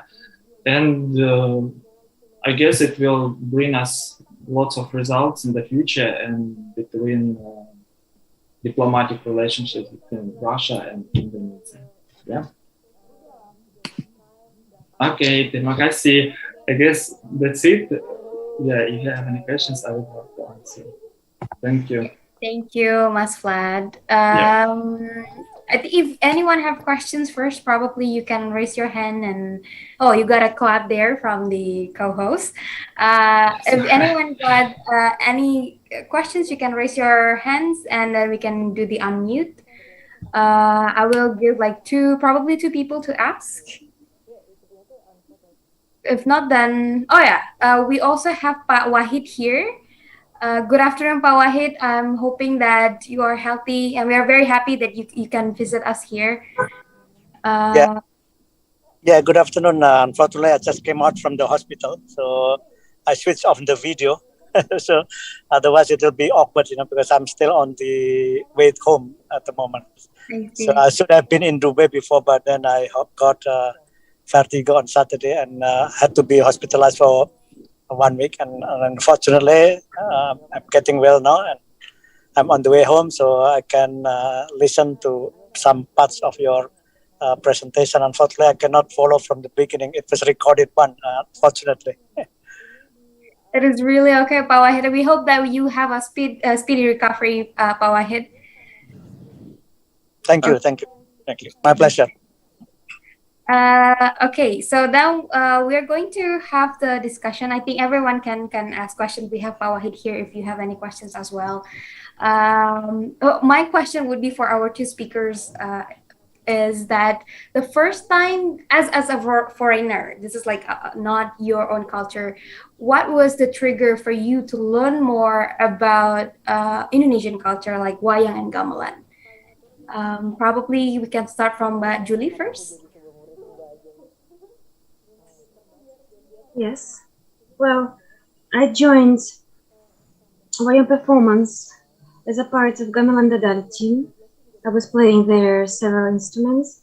So when there was chance to join something extraordinary, which I haven't heard before. I have been to Indonesia several times, and I haven't had a chance to enjoy Wayang. For the first time I have seen this, that was in Moscow. So for me, it was a chance just to learn more. And I remember that special feeling when I first heard Gamelan music, and I thought, wow, this could be an interesting thing to try.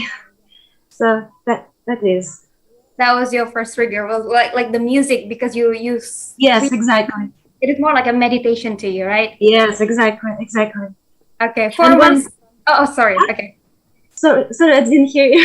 Sorry, Julie. Continue.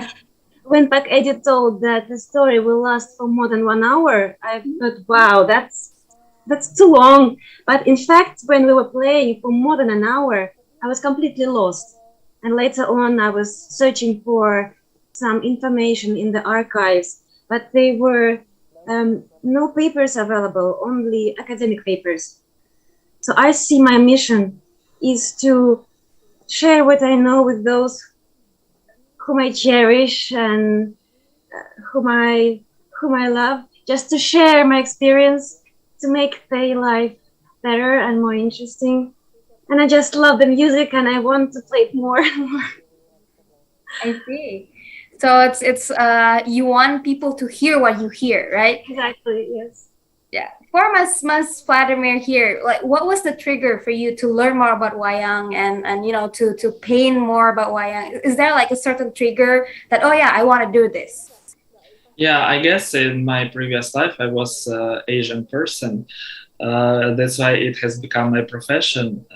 And I lived in China before for several years. But in Indonesia, I've never dealt with Indonesia before. And when I got the opportunity to go there, yes.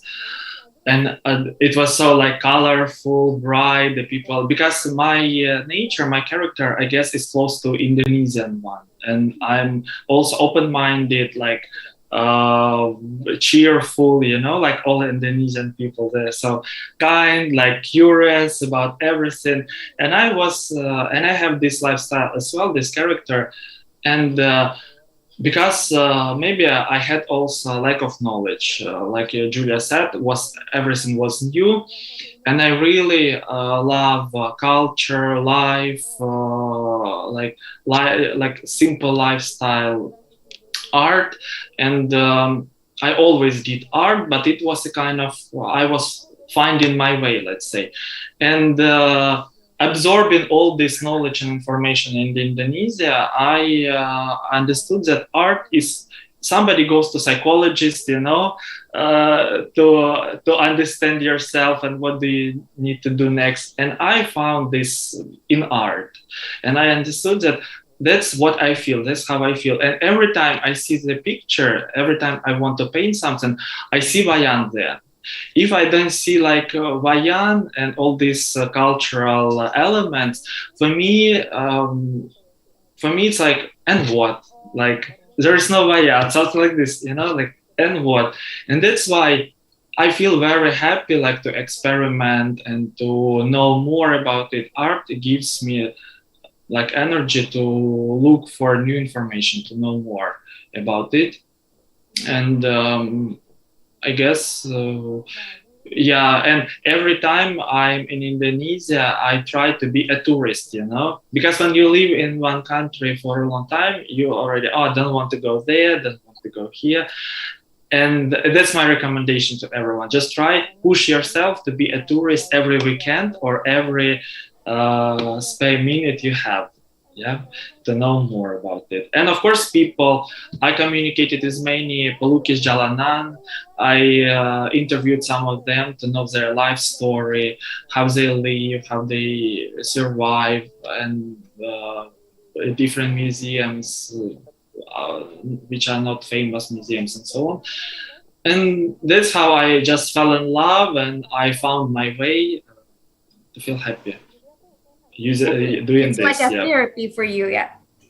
Yeah, it was like this, and right now, yeah, I'm very happy about this. I always try to develop myself in different dimensions, yeah, and communicate with other artists in Indonesia, ask their opinion, consult with them as well, yeah, and so on and so on.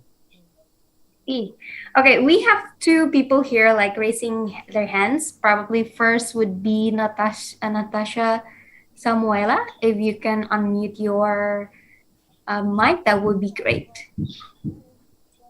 Okay, thank you, Mbak Ajeng. And first, I would like to thank Ms. Julia and Mr. Vladimir for a wonderful presentation. I'm sorry I couldn't turn on the camera due to connection problem. And I hope that one day I could see Ms. Julia's gamelan performance and visit Mr. Vladimir's art exhibitions after the pandemic, of course. I would like to ask about your perspective to both of you. Like, after you dive into Javanese culture, specifically gamelan, wayang, and or batik, how does this culture affect your perspective towards the world and the way you see Indonesia? What would you like to deliver as your hope for the future of Indonesia and Russia? I think that's pretty clear. Thank you so much. Okay, so Mas Vladimir first probably want to start? Yeah, first of all, that's a great question. Thank you so much for asking. I guess it influenced in many situations as professional, yes, and as personal, yeah, because as I said, it's a kind of also therapy, because you don't know what to do with the knowledge you get. When you're overwhelmed with knowledge and your brain is about to collapse, you need to find a way, yeah, and to find a way in a useful way, yeah, so to be useful for society. And that's why that's very difficult, yeah, right now to display all this to the society. It's time consuming because you also still need to work, and it's a kind of, you want to bring more value, yeah, and you, of course, you need resources for this, like your energy. And I guess this is already so integrated with your personal life that you already a half of Indonesian, a half of Russian. It's like you're so intercultural, you know, because when you live in different countries and you integrate with this culture, assimilate. Yeah, we know this from history of Indonesia. Yeah, how many cultures assimilated, integrated. I guess I'm having this the same way as like Indonesia got historically. Yeah, and I studied this, how to do this, how to think in Indonesian way, how to feel it Indonesian way. And that's why I don't feel the border. You know, of course, if you talk to... please. Yeah, of course, if you talk to like just simple Russian, like usual average person, yeah, for them it will be something shocking maybe, but for me I don't see the difference. For me, like Indonesian culture is the same as Russian culture right now. So just a part of me as professionally as personal. But that's of course you need to gain this. That's very difficult. Yeah, it's not just that you need to study to have this ability, I guess. Okay. Then probably Miss Julie want to add something before we jump into another session? Right. First of all, thank you for the question. Yes, Indonesia has greatly influenced me. For instance, now I'm wearing batik from Yogyakarta. I brought it from Yogyakarta. Then before I learned about Indonesia, I've never heard about cabe pedas. And now I have it on my table and I eat it every day. Yes, you can enjoy our performance on our channel, Gamelan Dadali, on YouTube. And you know, there are many Indonesians who comment our videos and they often write, wow, these foreigners, orang asing, they can do this. They can play our traditional music. So I can do that too. And some enjoy our music and then join their gamelan group in Indonesia, in their cities, in Cirebon, in Jakarta, and so on and so forth. I see this as my mission, to make it available, to make it known. It does bring a lot of happiness in my life and in the life of our friends. And I hope that there will be a chance to go one day to Indonesia to see our public and to see their faces, to hold their hands, to share this experience. Okay, thank you so much, Julie. Thank you so much, Mas Vladimir here. So yeah, I hope that answered the questions, Natasha. So yeah, for probably I will just sum up a little bit before we jump into another sessions. So about our friends here from Russia learning our culture, I think it is very important, like Pak Wahid said before, it's a diplomacy. Other probably find it as a therapy, other might find it as a meditation. So in a way that culture can teach a lot about not only a nation, but or the history of a nation, but also probably tell more about an approach for the individual, each of the individual who learns about it. Okay, now I am going to give it back to our MC there. Thank you so much for the panel. Thank you so much, Mas Vladimir and Mbak Julie for the sessions.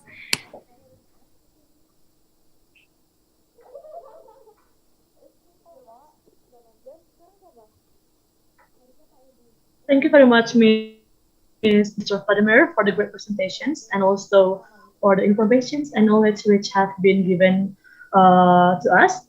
And we will come to the next sessions. The second sessions is the next agenda. We will have the third presentations from Mr. Eddy Pursubaryanto from Balai Budaya Minomartani. Also will be followed by Q&A sessions and also webinar events called Logo Launch by our moderator, will be led by our moderator, Ms. Ajang Ratri. Ms. Ajang, the time is yours. Thank you so much, Dea. I would like to call Pak Eddy Pursubaryanto to the spotlight to give the presentation to the author and everyone. If you have any questions and you want to discuss more, you can probably start to pay attention more, because this is Pak Eddy and he will talk about the books and Hello, Pak Eddy. Selamat sore. Selamat sore Pak Eddy.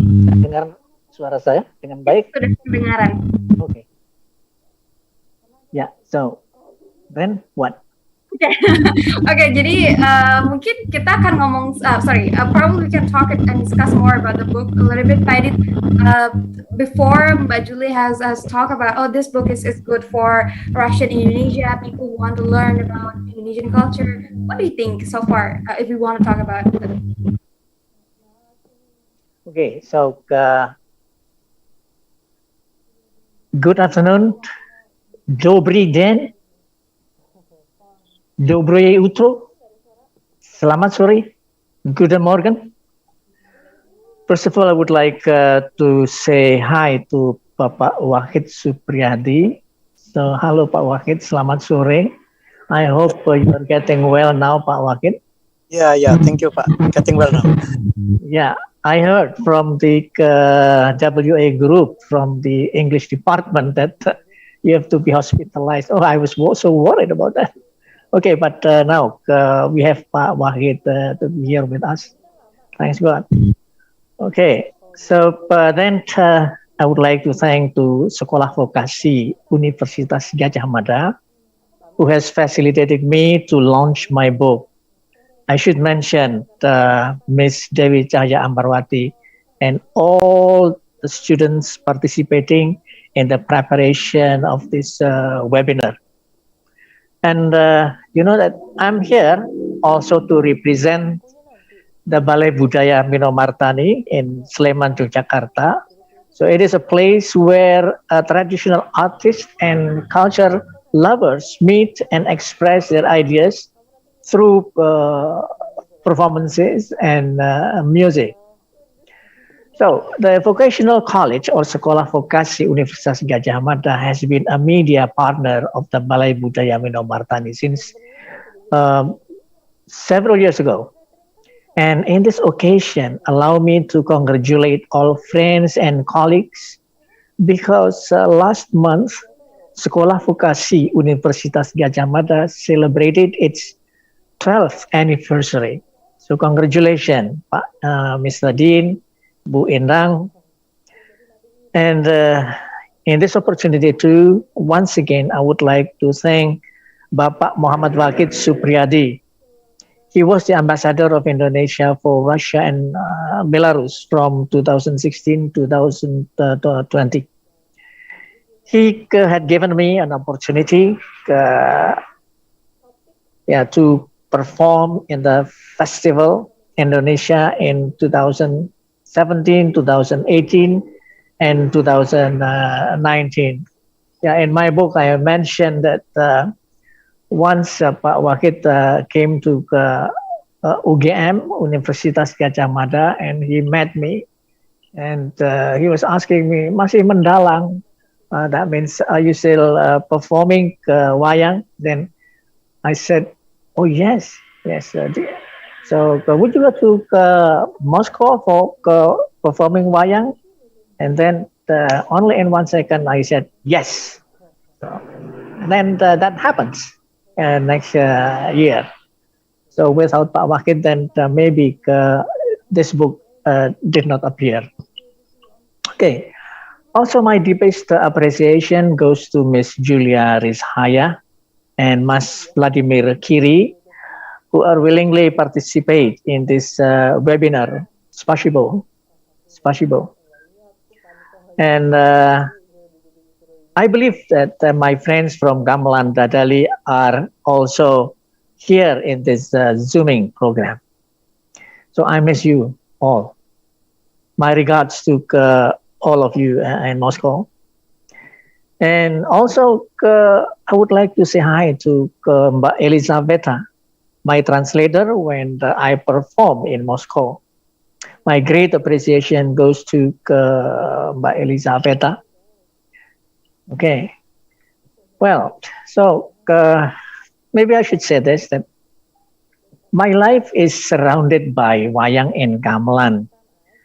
So until now, almost every day, I listen and watch Wayang performance, although now I can only watch from YouTube. Although now in Yogyakarta and many places in the Central Java. Then we already have live wayang with a certain limitation. And also, it is very fortunate that the day after tomorrow, on the 7th of November, is the National Wayang Day for Indonesia. And at the same time, the World Wayang Day. So, as I said, I'm very fortunate that today, 2 days before the celebration of the Wayang World or the National Wayang Day, that this Sekolah Vokasi can make a program to launch my book. Okay, so now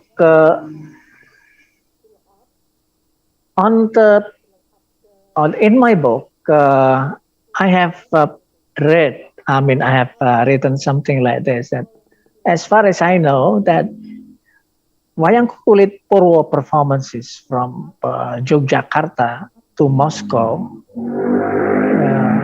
becomes very historical. If we see from the development of Wayang Indonesia, and one way to develop Wayang Indonesia is documentation. Okay, a documentation. How? Yeah, we have to publish something about Wayang. And this short or this small documentation, with this, I would like to share to those who like or who are interested in the Wayang, any Wayang, especially Japanese Wayang, because in Indonesia, there are many types of Wayang, as Mas Vladimir has mentioned. We have Wayang Golek, we have Wayang Klite, we have Wayang Orang, and so on and so on. And I also want to share this book to any people in Russia who are interested in culture and also in intercultural relation between Russia and Indonesia. And as Wahid has mentioned, also Julia, that I performed 3 times Wayang Kulit Purwo in Moscow in 2017, 2018, and 2019. And I perform 3 scripts each year. And then the 3 scripts, I try to look again and again. So what should I do with this? Oh, I think I should make a documentation. And each script is followed by a Russian translation. And the result of the translation is the result of my friend Elisaveta, who performed sometimes spontaneously. That was in 2017. She received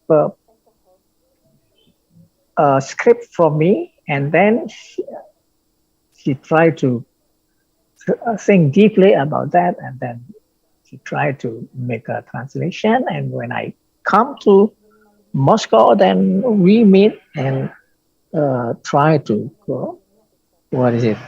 discuss about the translation, and perhaps there are things that we have to revise or whatever. Then my expectation also with this book, that this book will be beneficial for people either in Indonesia or in Russia who are interested in the language study, because maybe the people from the linguistic area, they can study what an idiom in Bahasa Indonesia is translated into Russian. So from the script. And also this book can be useful for people who do some research on the language. Okay, I mean comparison between the Russian and also Bahasa Indonesia. And I think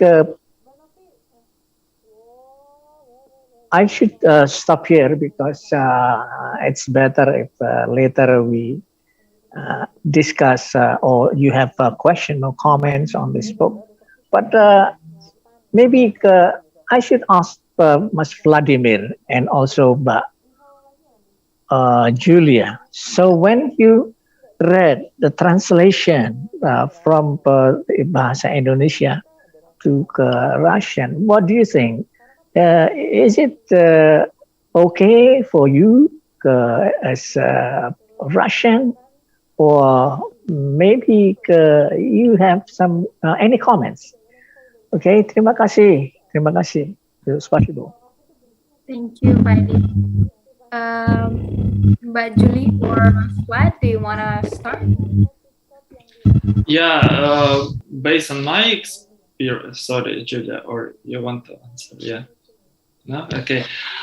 Based on my experience, I really liked, because I even asked you, Pak Eddy, about some cultural notes. Like, for example, there is, I like, there are some interesting expression, cultural notes. I pay attention, like, for example, in one of the plays, there is expression like, if you betray me, or it will mean that I will lose my left hand. Yeah, in Russia we usually call it right hand, not left. But in Indonesia, it's like in the play, it's the left hand. And I'm like, oh, that's really interesting. I even double checked it in Indonesian version. Yeah, like I was reading Russian and tried to reread the some parts in Indonesian. Actually, that's what Pak Eddy pointed out about linguistics. Yeah. Language learning, also very interesting. I guess also as for me who have some background, yeah, maybe it wasn't that difficult. But for people like general public, maybe they will need more comments, you know, like more introduction, because of course there is like a short introduction, but I guess if to make it more deeper or like wider, bigger, yeah, maybe it would be clearer for people to comprehend, yeah, the atmosphere, to feel the atmosphere. But generally, yeah, that's what easy to read actually. I really enjoyed. Thank you, Mas Vladimir. Anything to add, Mbak Julie? Because I think that's very interesting, the way Mas Vladimir check the Indonesian part, check, and then the Russian part. But Julie, do you want to add something? When I was reading, I thought that the translator of the book had a very difficult task to render some of the cultural concepts that are familiar to Indonesian speaker audience, to render that for a Russian speaker audience, because many of them they haven't heard anything about Mahabharata, about Ramayana, about the names. So the translator had to add some information. Who is Gatotkacha, or who is the Somuko? What does the name mean? That it means the person with 10 faces. But for you, it's obvious. For Russian speaker, it's not. So I love how the translator rendered it, and that was very understandable, and it's very funny to read. Okay, thank you, Julie. Okay, probably back to Pak Eddy and Pak Wahid. I just want to have like just one question. Who is your favorite Wayang characters, or probably a story? Probably can share. Can be Pak Eddy or Pak Wahid. Okay, but can I answer one question from Mas Milton? Yes, sure. So he's asking about whether the book is written into languages. Yes. So the book contains 3 scripts. There is Wayang scripts in Bahasa Indonesia. One story is the Fall of Dasamuka, And the second story is the fall of Prabu Baka, and number 3 is the return of Goddess Sri or Devi Sri. So each script was written in Bahasa Indonesia because, as Pak Wahid mentioned, then so the translator, Mbak Elisaveta, only knows Bahasa Indonesia, not Japanese. And then also, as has been mentioned by Julia or Mas Vladimir, each script is followed by a Russian translation by Mbak Elisaveta. In 2017, then Elisaveta did the translation. This is what was happening. So I said 1 or 2 or 3 sentences, and then I stopped. Then Mbak Lisa will say the translation. That's what we did on 2017 and also 2018. But then I think in 2019, Mbak Elisaveta tried to make a not pre-recorded, maybe pre-written translation through PowerPoint. Okay, and then so I don't have to stop after 2 or 3 sentences. So I say the whole things, and Elisaveta just projected the slides on the screen, and that's on 2019. Because as you might know that we only had 60 minutes running time for performance. Okay, if we did more than 60 minutes, then maybe all the the musician, the gamelan players will get angry. Okay, so Mas Minton, that was about the language. Okay, terima kasih Mbak. May I add also something? May I add something also?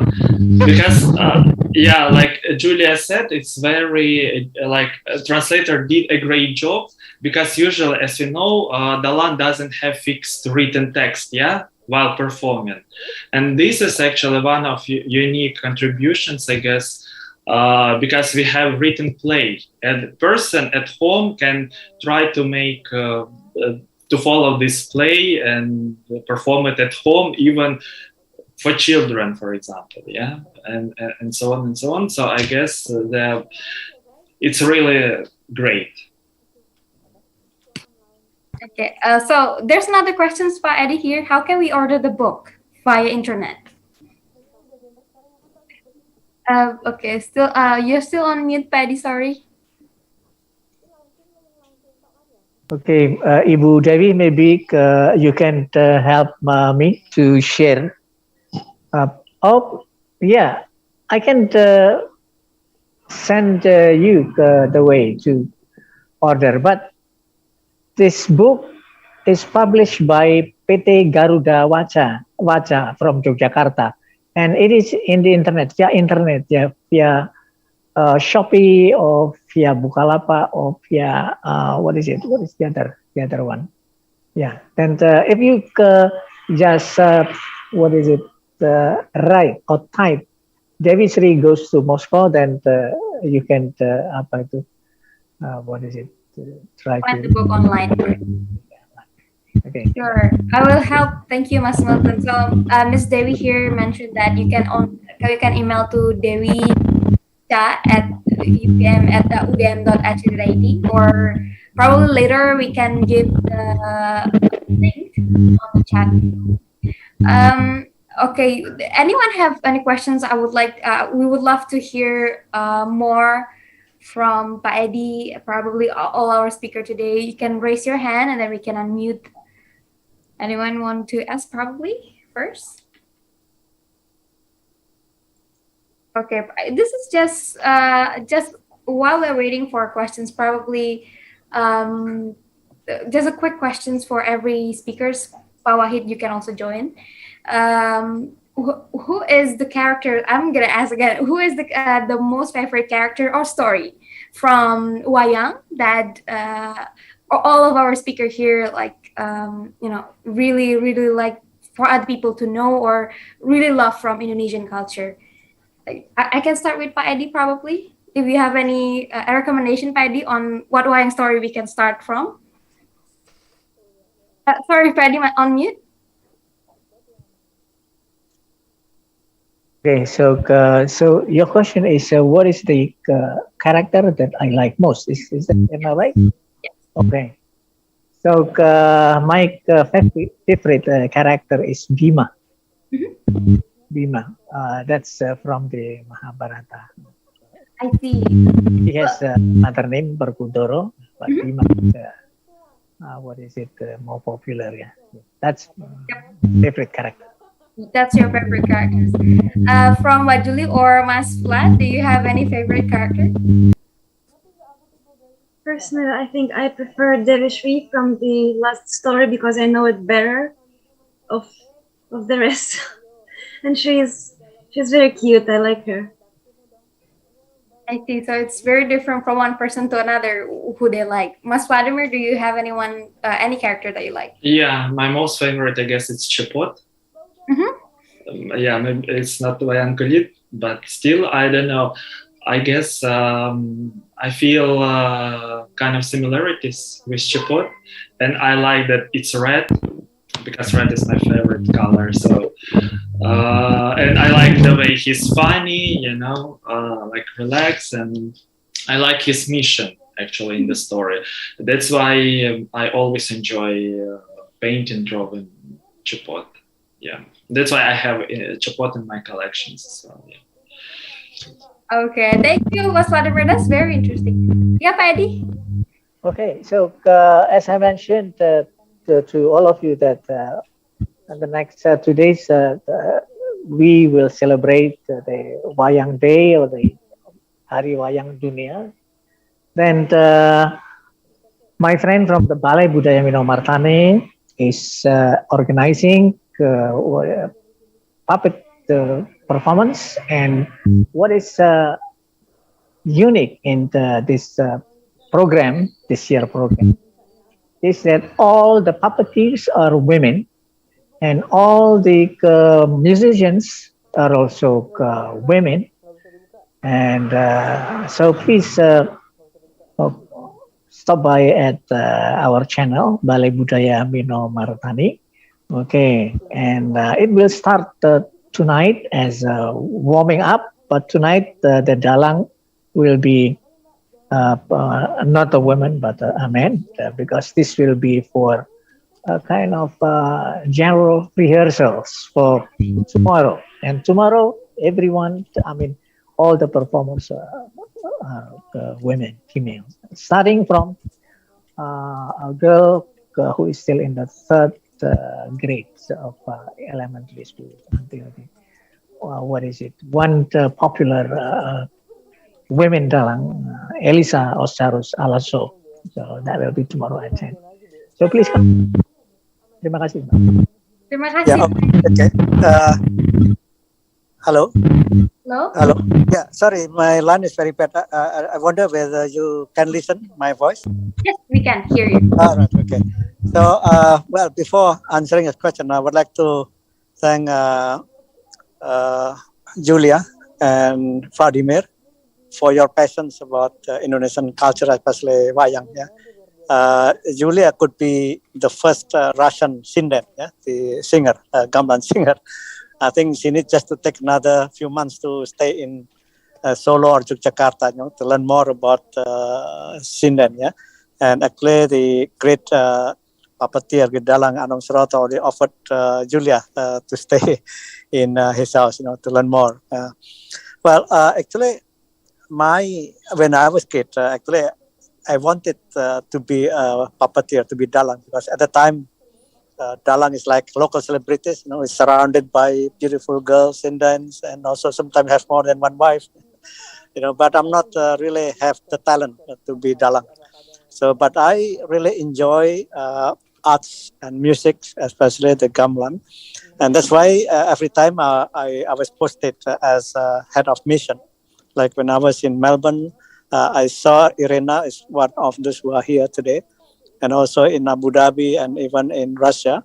I always try to perform wayang performance at the prestigious gallery, and it was very successful. Even when I was in Abu Dhabi, I was told by my senior that performing gamelan is not very good, it's not accepted because there's an influence of Hinduism and Buddhism, and I challenged that's not true. And first time I performed the gamelan at the Dubai Global Village, it was astonishing that so many people very appreciated the performance. Now back to the characters. I admire the characters of Gatot Kaca and Krishna. Why? Gatot Kaca is the portrayal. This is the son of Bhima who can fly. In the portrayal of professional soldiers, he devoted his life to the country.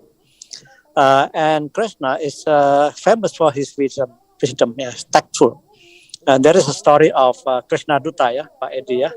So when Krishna was being appointed by Pandava to be the envoy, and that's really admiring because even in the puppet show there was always a story of diplomacy.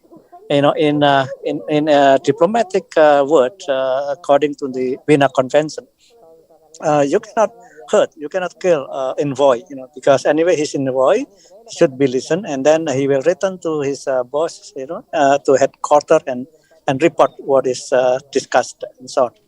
So those are two characters that I admire, even from the beginning before I joined the foreign ministry when I know about the diplomacy. Krishna Duta is a very interesting story. Thank you so much, Pak Wahid, for sharing. My brother is also named after Gatot Kaca, so I can really understand your story about what you say, what you share. So there's this one request from the team. Probably Pak Wahid, Pak Eddy, do you want to give us the honor to see a little bit of a line from any wayang story that you do?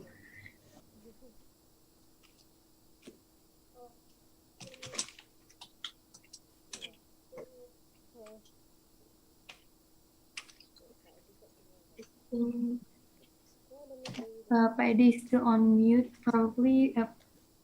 Okay. Wait, still, yeah. Still on mute. Probably the host, can you unmute Pak Eddy? Sure, Mbak. Unmute. Okay. You're unmute. So, Mbak Ratri, so do you mean that I should make a performance without a puppet? A little bit, Pak Eddy. A little bit? Okay. So, I have to look at the script. Where is it? No, just a minute. Okay. With puppet, Pak Eddy. Miss Dewi here mentioned with puppet, Pak Eddy. So, I have to move to get the puppet. No.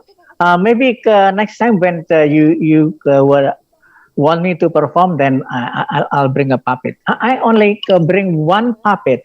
This is the puppet that Julia liked. This is Devi Sri. Okay? So... Do you want a line for Devi Sri? Okay, wait a minute. I'll just look at the text. Which one? Okay, good. Look at this. Which one is Devi Sri?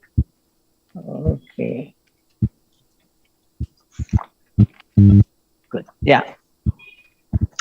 So this is a meeting between Devi Sri and a young man called Prabowo Kusumo. So yeah, actually I have the link. That made by the recording on YouTube made by or produced by Gamelan Dadali. That's the whole performance there. Okay, this is Dewi Sri is talking to Probo Kusumo. Probo Kusumo is a young man. Anak muda, rasanya aku belum pernah bertemu denganmu anak muda. Kau ini siapa dan dari mana asalmu? Julia, can you translate this? I think can you just repeat one more time? I didn't hear. Okay, so this is one way to for the translation. Anak muda, rasanya aku belum pernah bertemu denganmu. О, дитя мое, я чувствую, что никогда тебя не видела раньше. Kau ini siapa dan dari mana asalmu? Скажи мне, дитя мое, откуда ты? Memang betul sang Dewi. Да, Dewi. Kita memang belum pernah bertemu. Мы с тобой раньше не встречались. Nama hamba Prabu Kusumo. Меня зовут Prabu Kusumo. Hamba adalah anak Raden Arjuna. Я сын Радена Арджуна. Hamba berasal dari ibu bernama Suprobowati. Мою мать зовут Suprobowati. Oke, nah itu sulitnya Mbak menerjemahkan lah. Oke, kira-kira seperti itu dulu Mbak Elisabetta. Thank you Mbak. Eddy, if you want, I can share a short excerpt of the story on YouTube on our channel. Just a short one, but with music, with puppets, with you. Would you like it? Oh yeah, Mbak Ratri. Okay, good. I will try to share. Is it you see?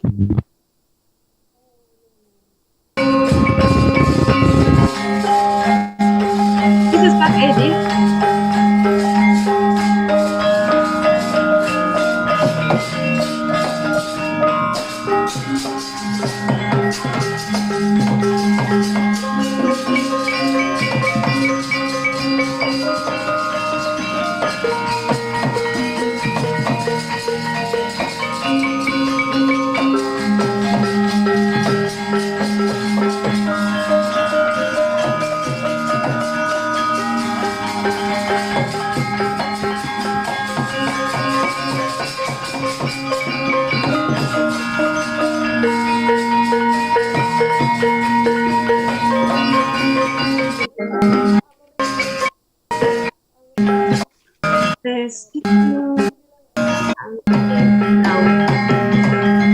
Well, this is it, I think. Thank you, Julie, for the video. It feels like we want to watch this puppet performance in person because of this pandemic. We cannot watch, and it's just give the feeling of nostalgic feeling, right? Watching your video and having Pa Eddy here reading the lines from Dewi Sri, it was amazing. Thank you so much for the video. It makes me feel like nostalgic. Pa Eddy, I think there's one question from YouTube. This is from Jelly Zone. They ask about because Wayang is more about the philosophy of Japanese. What do you think when you bring it to other country? How do you actually make it relatable for these people from outside Indonesia or outside of culture?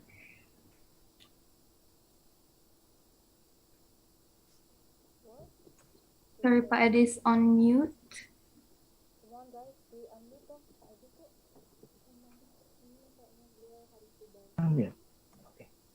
So that's very interesting question, but also it is also difficult to answer. But you know that when I went to Moscow to perform my story, then I usually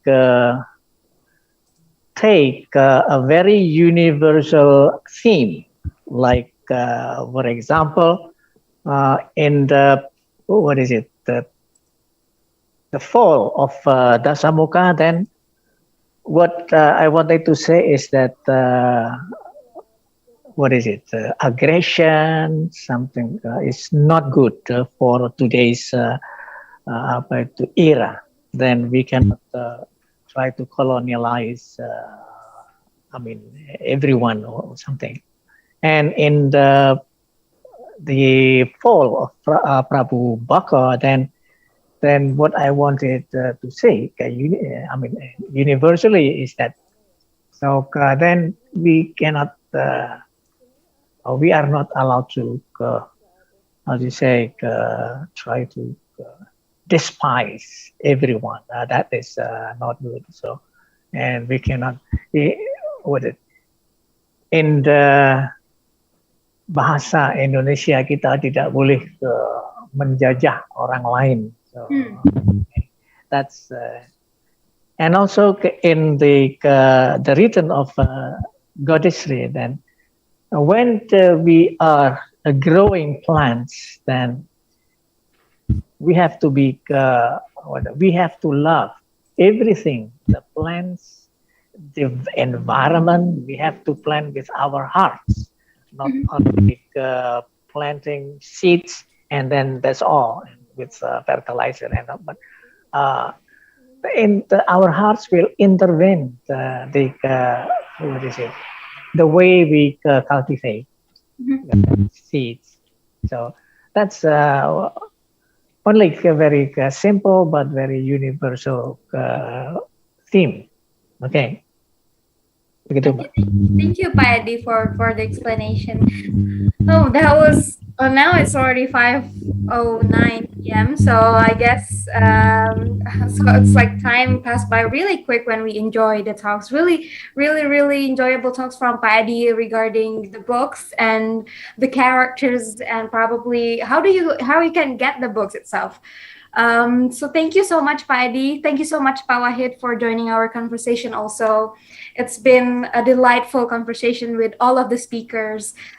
Before we close today's sessions of WET, I would like to launch a logo, our logo here, the WET logo launch. Probably on the screen, we can see the new logo of WET.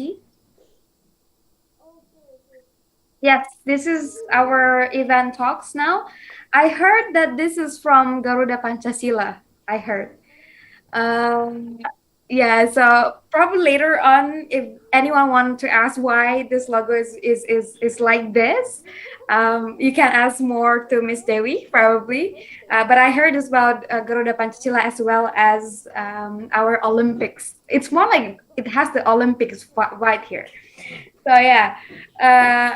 Thank you so much today. This is the WET logo launch. Thank you again for all of the participant and speaker. We would like to call everyone to open the video so that we can take a picture first.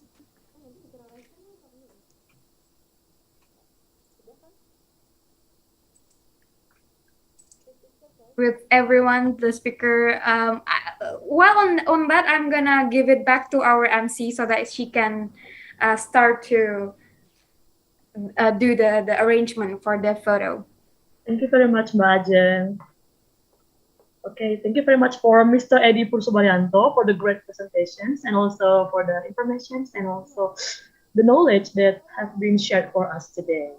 With the end of our Q&A sessions, we arrived at the end of this event, and it's very exciting with Mr. Eddy, Miss Julie, Mr. Vladimir, and also Mr. Wahid. Thank you very much. And for the next agenda is the photo sessions for all the participants are welcome to open the camera. Okay. The photo will be taken 5 times since there are 5 slides here. And in the count of 3, the photo will be taken. The first slide in the count of 3. The first slide, ready? 1, 2, 3. Okay, the second slide. 1, 2, 3. Okay, the third slide. 1, 2, 3. Okay, the fourth slide. 1, 2, 3. Okay, for the last slide. 1, 2, 3. Okay, thank you very much. That's the end of our photo session. Distinguished ladies and gentlemen, we have come to the end of today's seminar. Thank you very much for being active participants from the very first agenda until the end of our today's virtual seminar. Hopefully you enjoy the event and be filled by creative ideas and insights. Once again, thank you very much for all today's speakers, Mr. Eddy, Ms. Julie, Mr. Vladimir, Mr. Wahid, and Ms. Endang. I am Diana Dasaragi, representing all the committees on duty. Thank you very much for all distinguished guests, speakers, and our media partner, Pata Daily. Also, thank you for all the YouTube participants. As your master of ceremony, I do apologize from the depths of my heart if I do any mistakes in presenting this webinar. And thank you very much for your attention, and I hope you are always doing great and healthy. Assalamualaikum, Shalom, Om Swastiastu, Namo Budaya, and Salam Kebajikan. Goodbye, and see you on the next webinar event talk. Bye. Excuse me, may I also have a question on this session? It's just that my hand raising